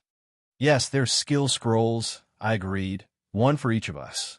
I wonder what second bit of garbled text Ofa was. Was it something related to All Might? Or First Holder? Or maybe something tied to me? I guess it didn't really matter until the gamer decided to stop concealing it. I handed each scroll to its respective owner. "So, Mom, I didn't hesitate to use ours. Skill book used. Physical resistance skill improved, LVL 30. Cassandra tucked her new toys into her belt and then used the scroll. Her face twisted up like she had bitten an especially sour lemon. When All Might used the item, he was surrounded by a swirl of light. Unlike the rest of us, he didn't seem to experience any discomfort. "This is different," he said, showing us his alert screen, skill book used. Source Synergy Stipend spent skill, physical resistance, unlocked, LVL 2. The gamer does seem to like alliteration, I sighed. I'm more curious about the fact that All Might didn't already have physical resistance, Sue pointed out. "Well, when I transform into my muscle form," Yagi-sensei explained, "I have bonus skill called Global Resistance instead." "But I would have thought you have been hit enough to unlock physical resistance," she pressed. "Maybe having global resistance kept those hits from counting towards physical resistance," Mom suggested. "Well, you didn't have physical resistance either, Sue," I reminded her, "and you've definitely taken more physical damage than I did to unlock the skill. So maybe I was only able to unlock it without a talent because of Gamer's body. Backslash, or you just haven't taken enough damage while in Izuku's party," Cassandra said. Backslash, and it doesn't count when we don't have the indirect access to the gamer. / either way. We all have it now, All Might said, and we may want to leave before any additional mooks or bosses find us. Exit dungeon. Tashinori Yagi, dungeon progress. Defeated 20 enemies, +1 affinity, defeated mid-boss. Attribute balancing, what does this mean? All Might asked, as we all stared at the screen. Let me see, I mumbled, system. I immediately dove into the manual, and sure enough, there were 3 new entries. Okay, attribute balancing is simple enough, I explained. It adds 1 point each to your 3 lowest attributes, randomly picked in the case of tie. Affinity gives you a bonus to 1 attribute or skill set, specifically a 5% growth bonus and plus 1 latent boost to it. And a skill set, Mom prompted. Just what sounds like I answered a set of related skills, like the 5 math skills or all the kung fu skills. Backslash, it would seem like an attribute affinity is a better choice, / Cassandra offered. Not necessarily, I shook my head. That latent boost isn't part of your actual stats.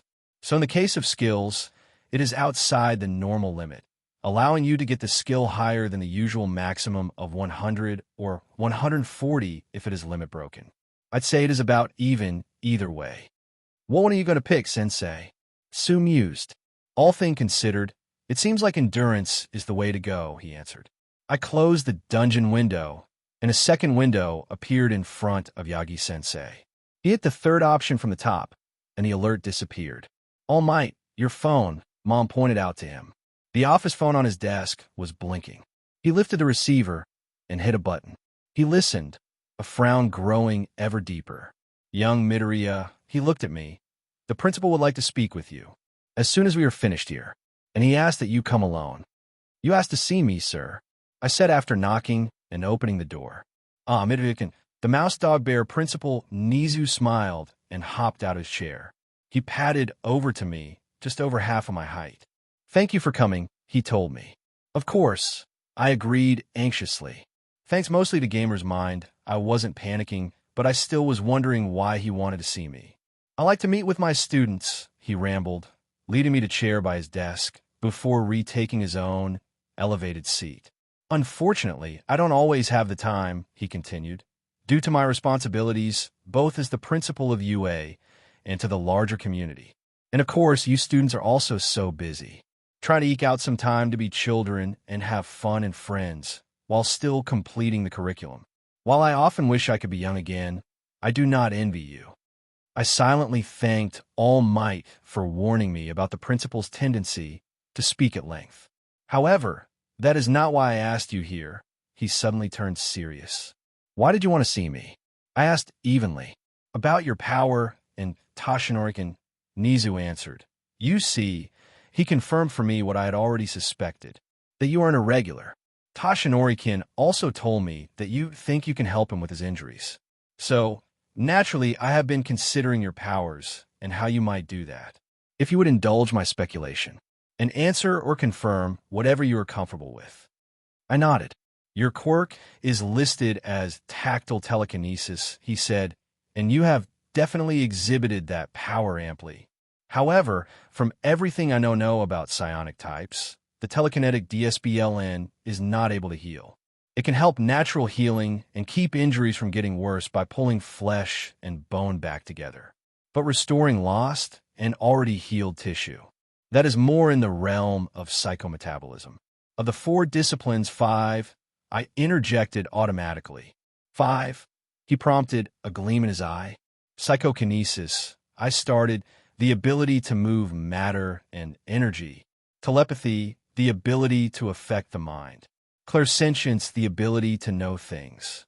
Psibiology, the ability to affect cells and biological processes.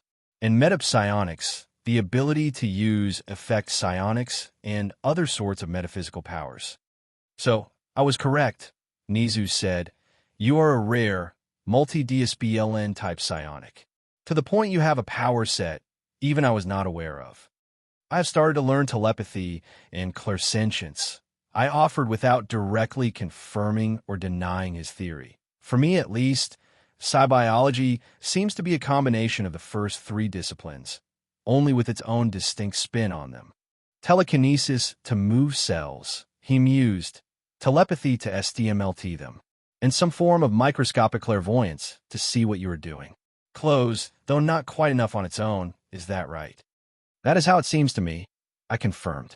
Then I am guessing that like other psibiology users, You need a firm scientific grounding if you're going to use that power properly. Yes, I told him. He considered it for a moment. Then he addressed me regretfully. I don't think you have the requisite knowledge, he said directly, or that you would be able to learn enough about biology, chemistry, and human anatomy in the time frame you gave to Toshinori-kun. I started to protest, but he held up a paw. I, on the other hand, am both much smarter than you, and have a stronger foundation of knowledge on which to begin building. Principal Nizu. I wasn't sure what he meant. I mean, he seemed to be offering to study medicine in my place. But what good would that do?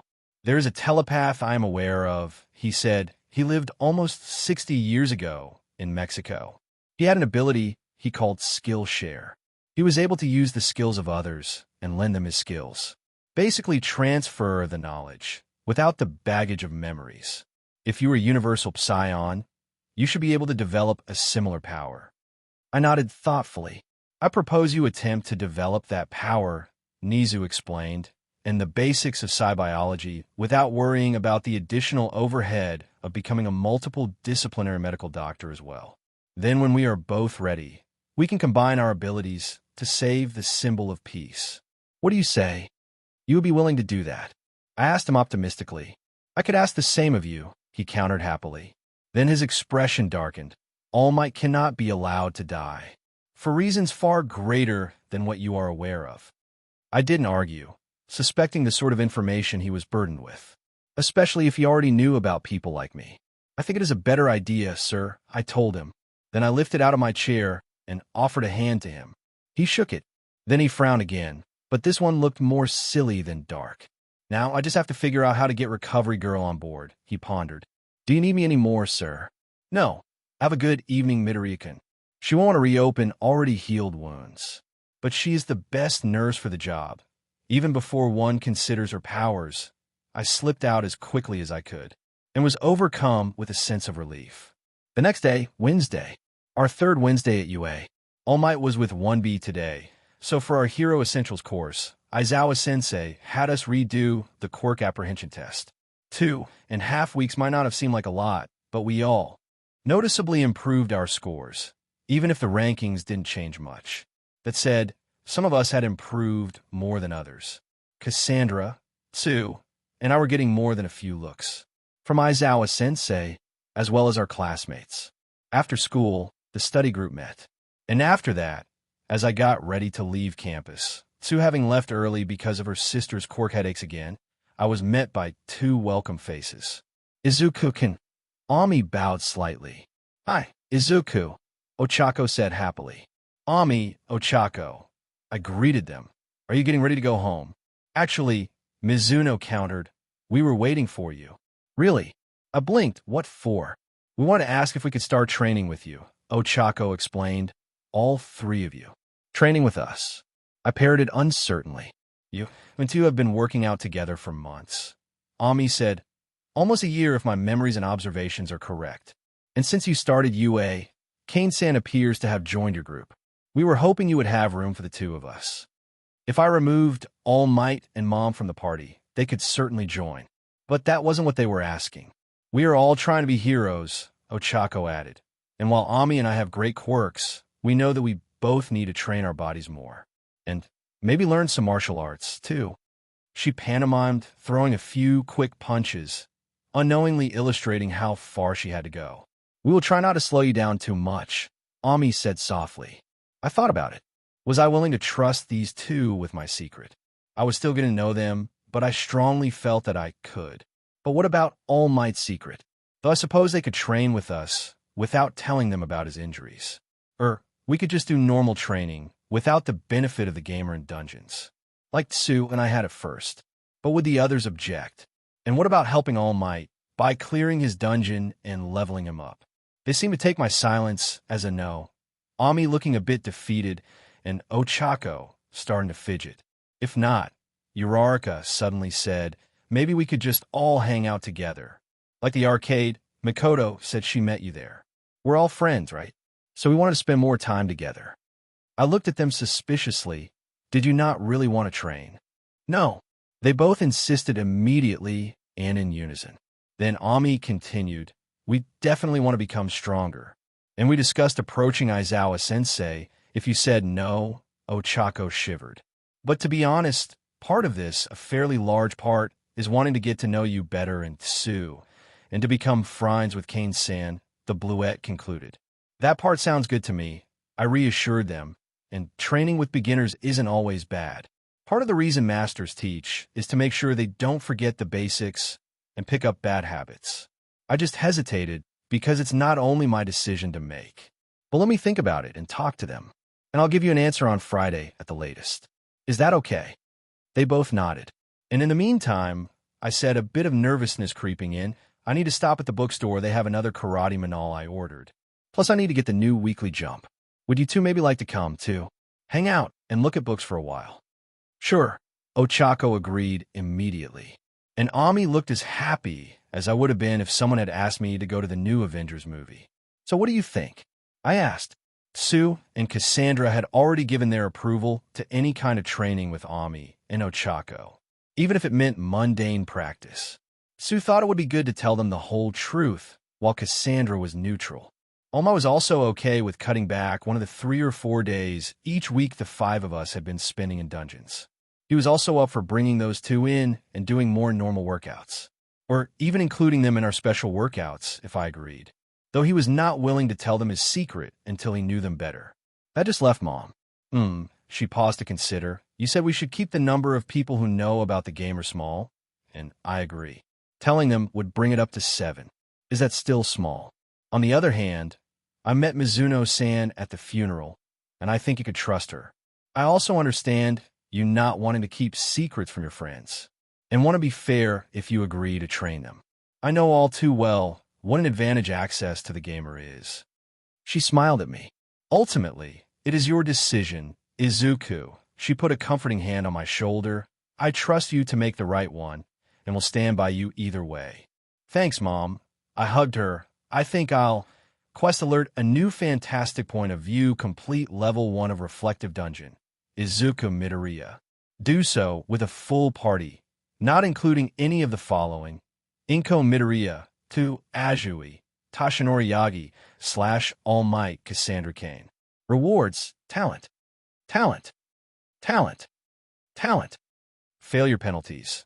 The reward talents are normally not available until higher levels, and you must purchase them on your own.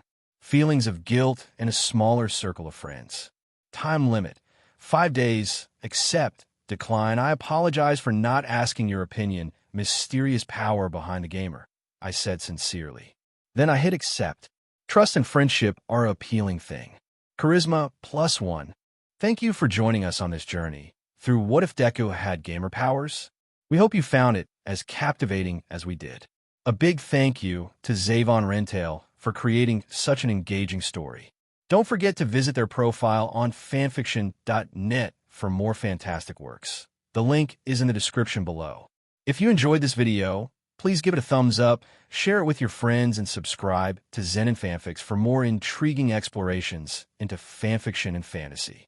Your support helps us create more content like this, and we love hearing your thoughts and suggestions in the comment section. See you soon in the next video.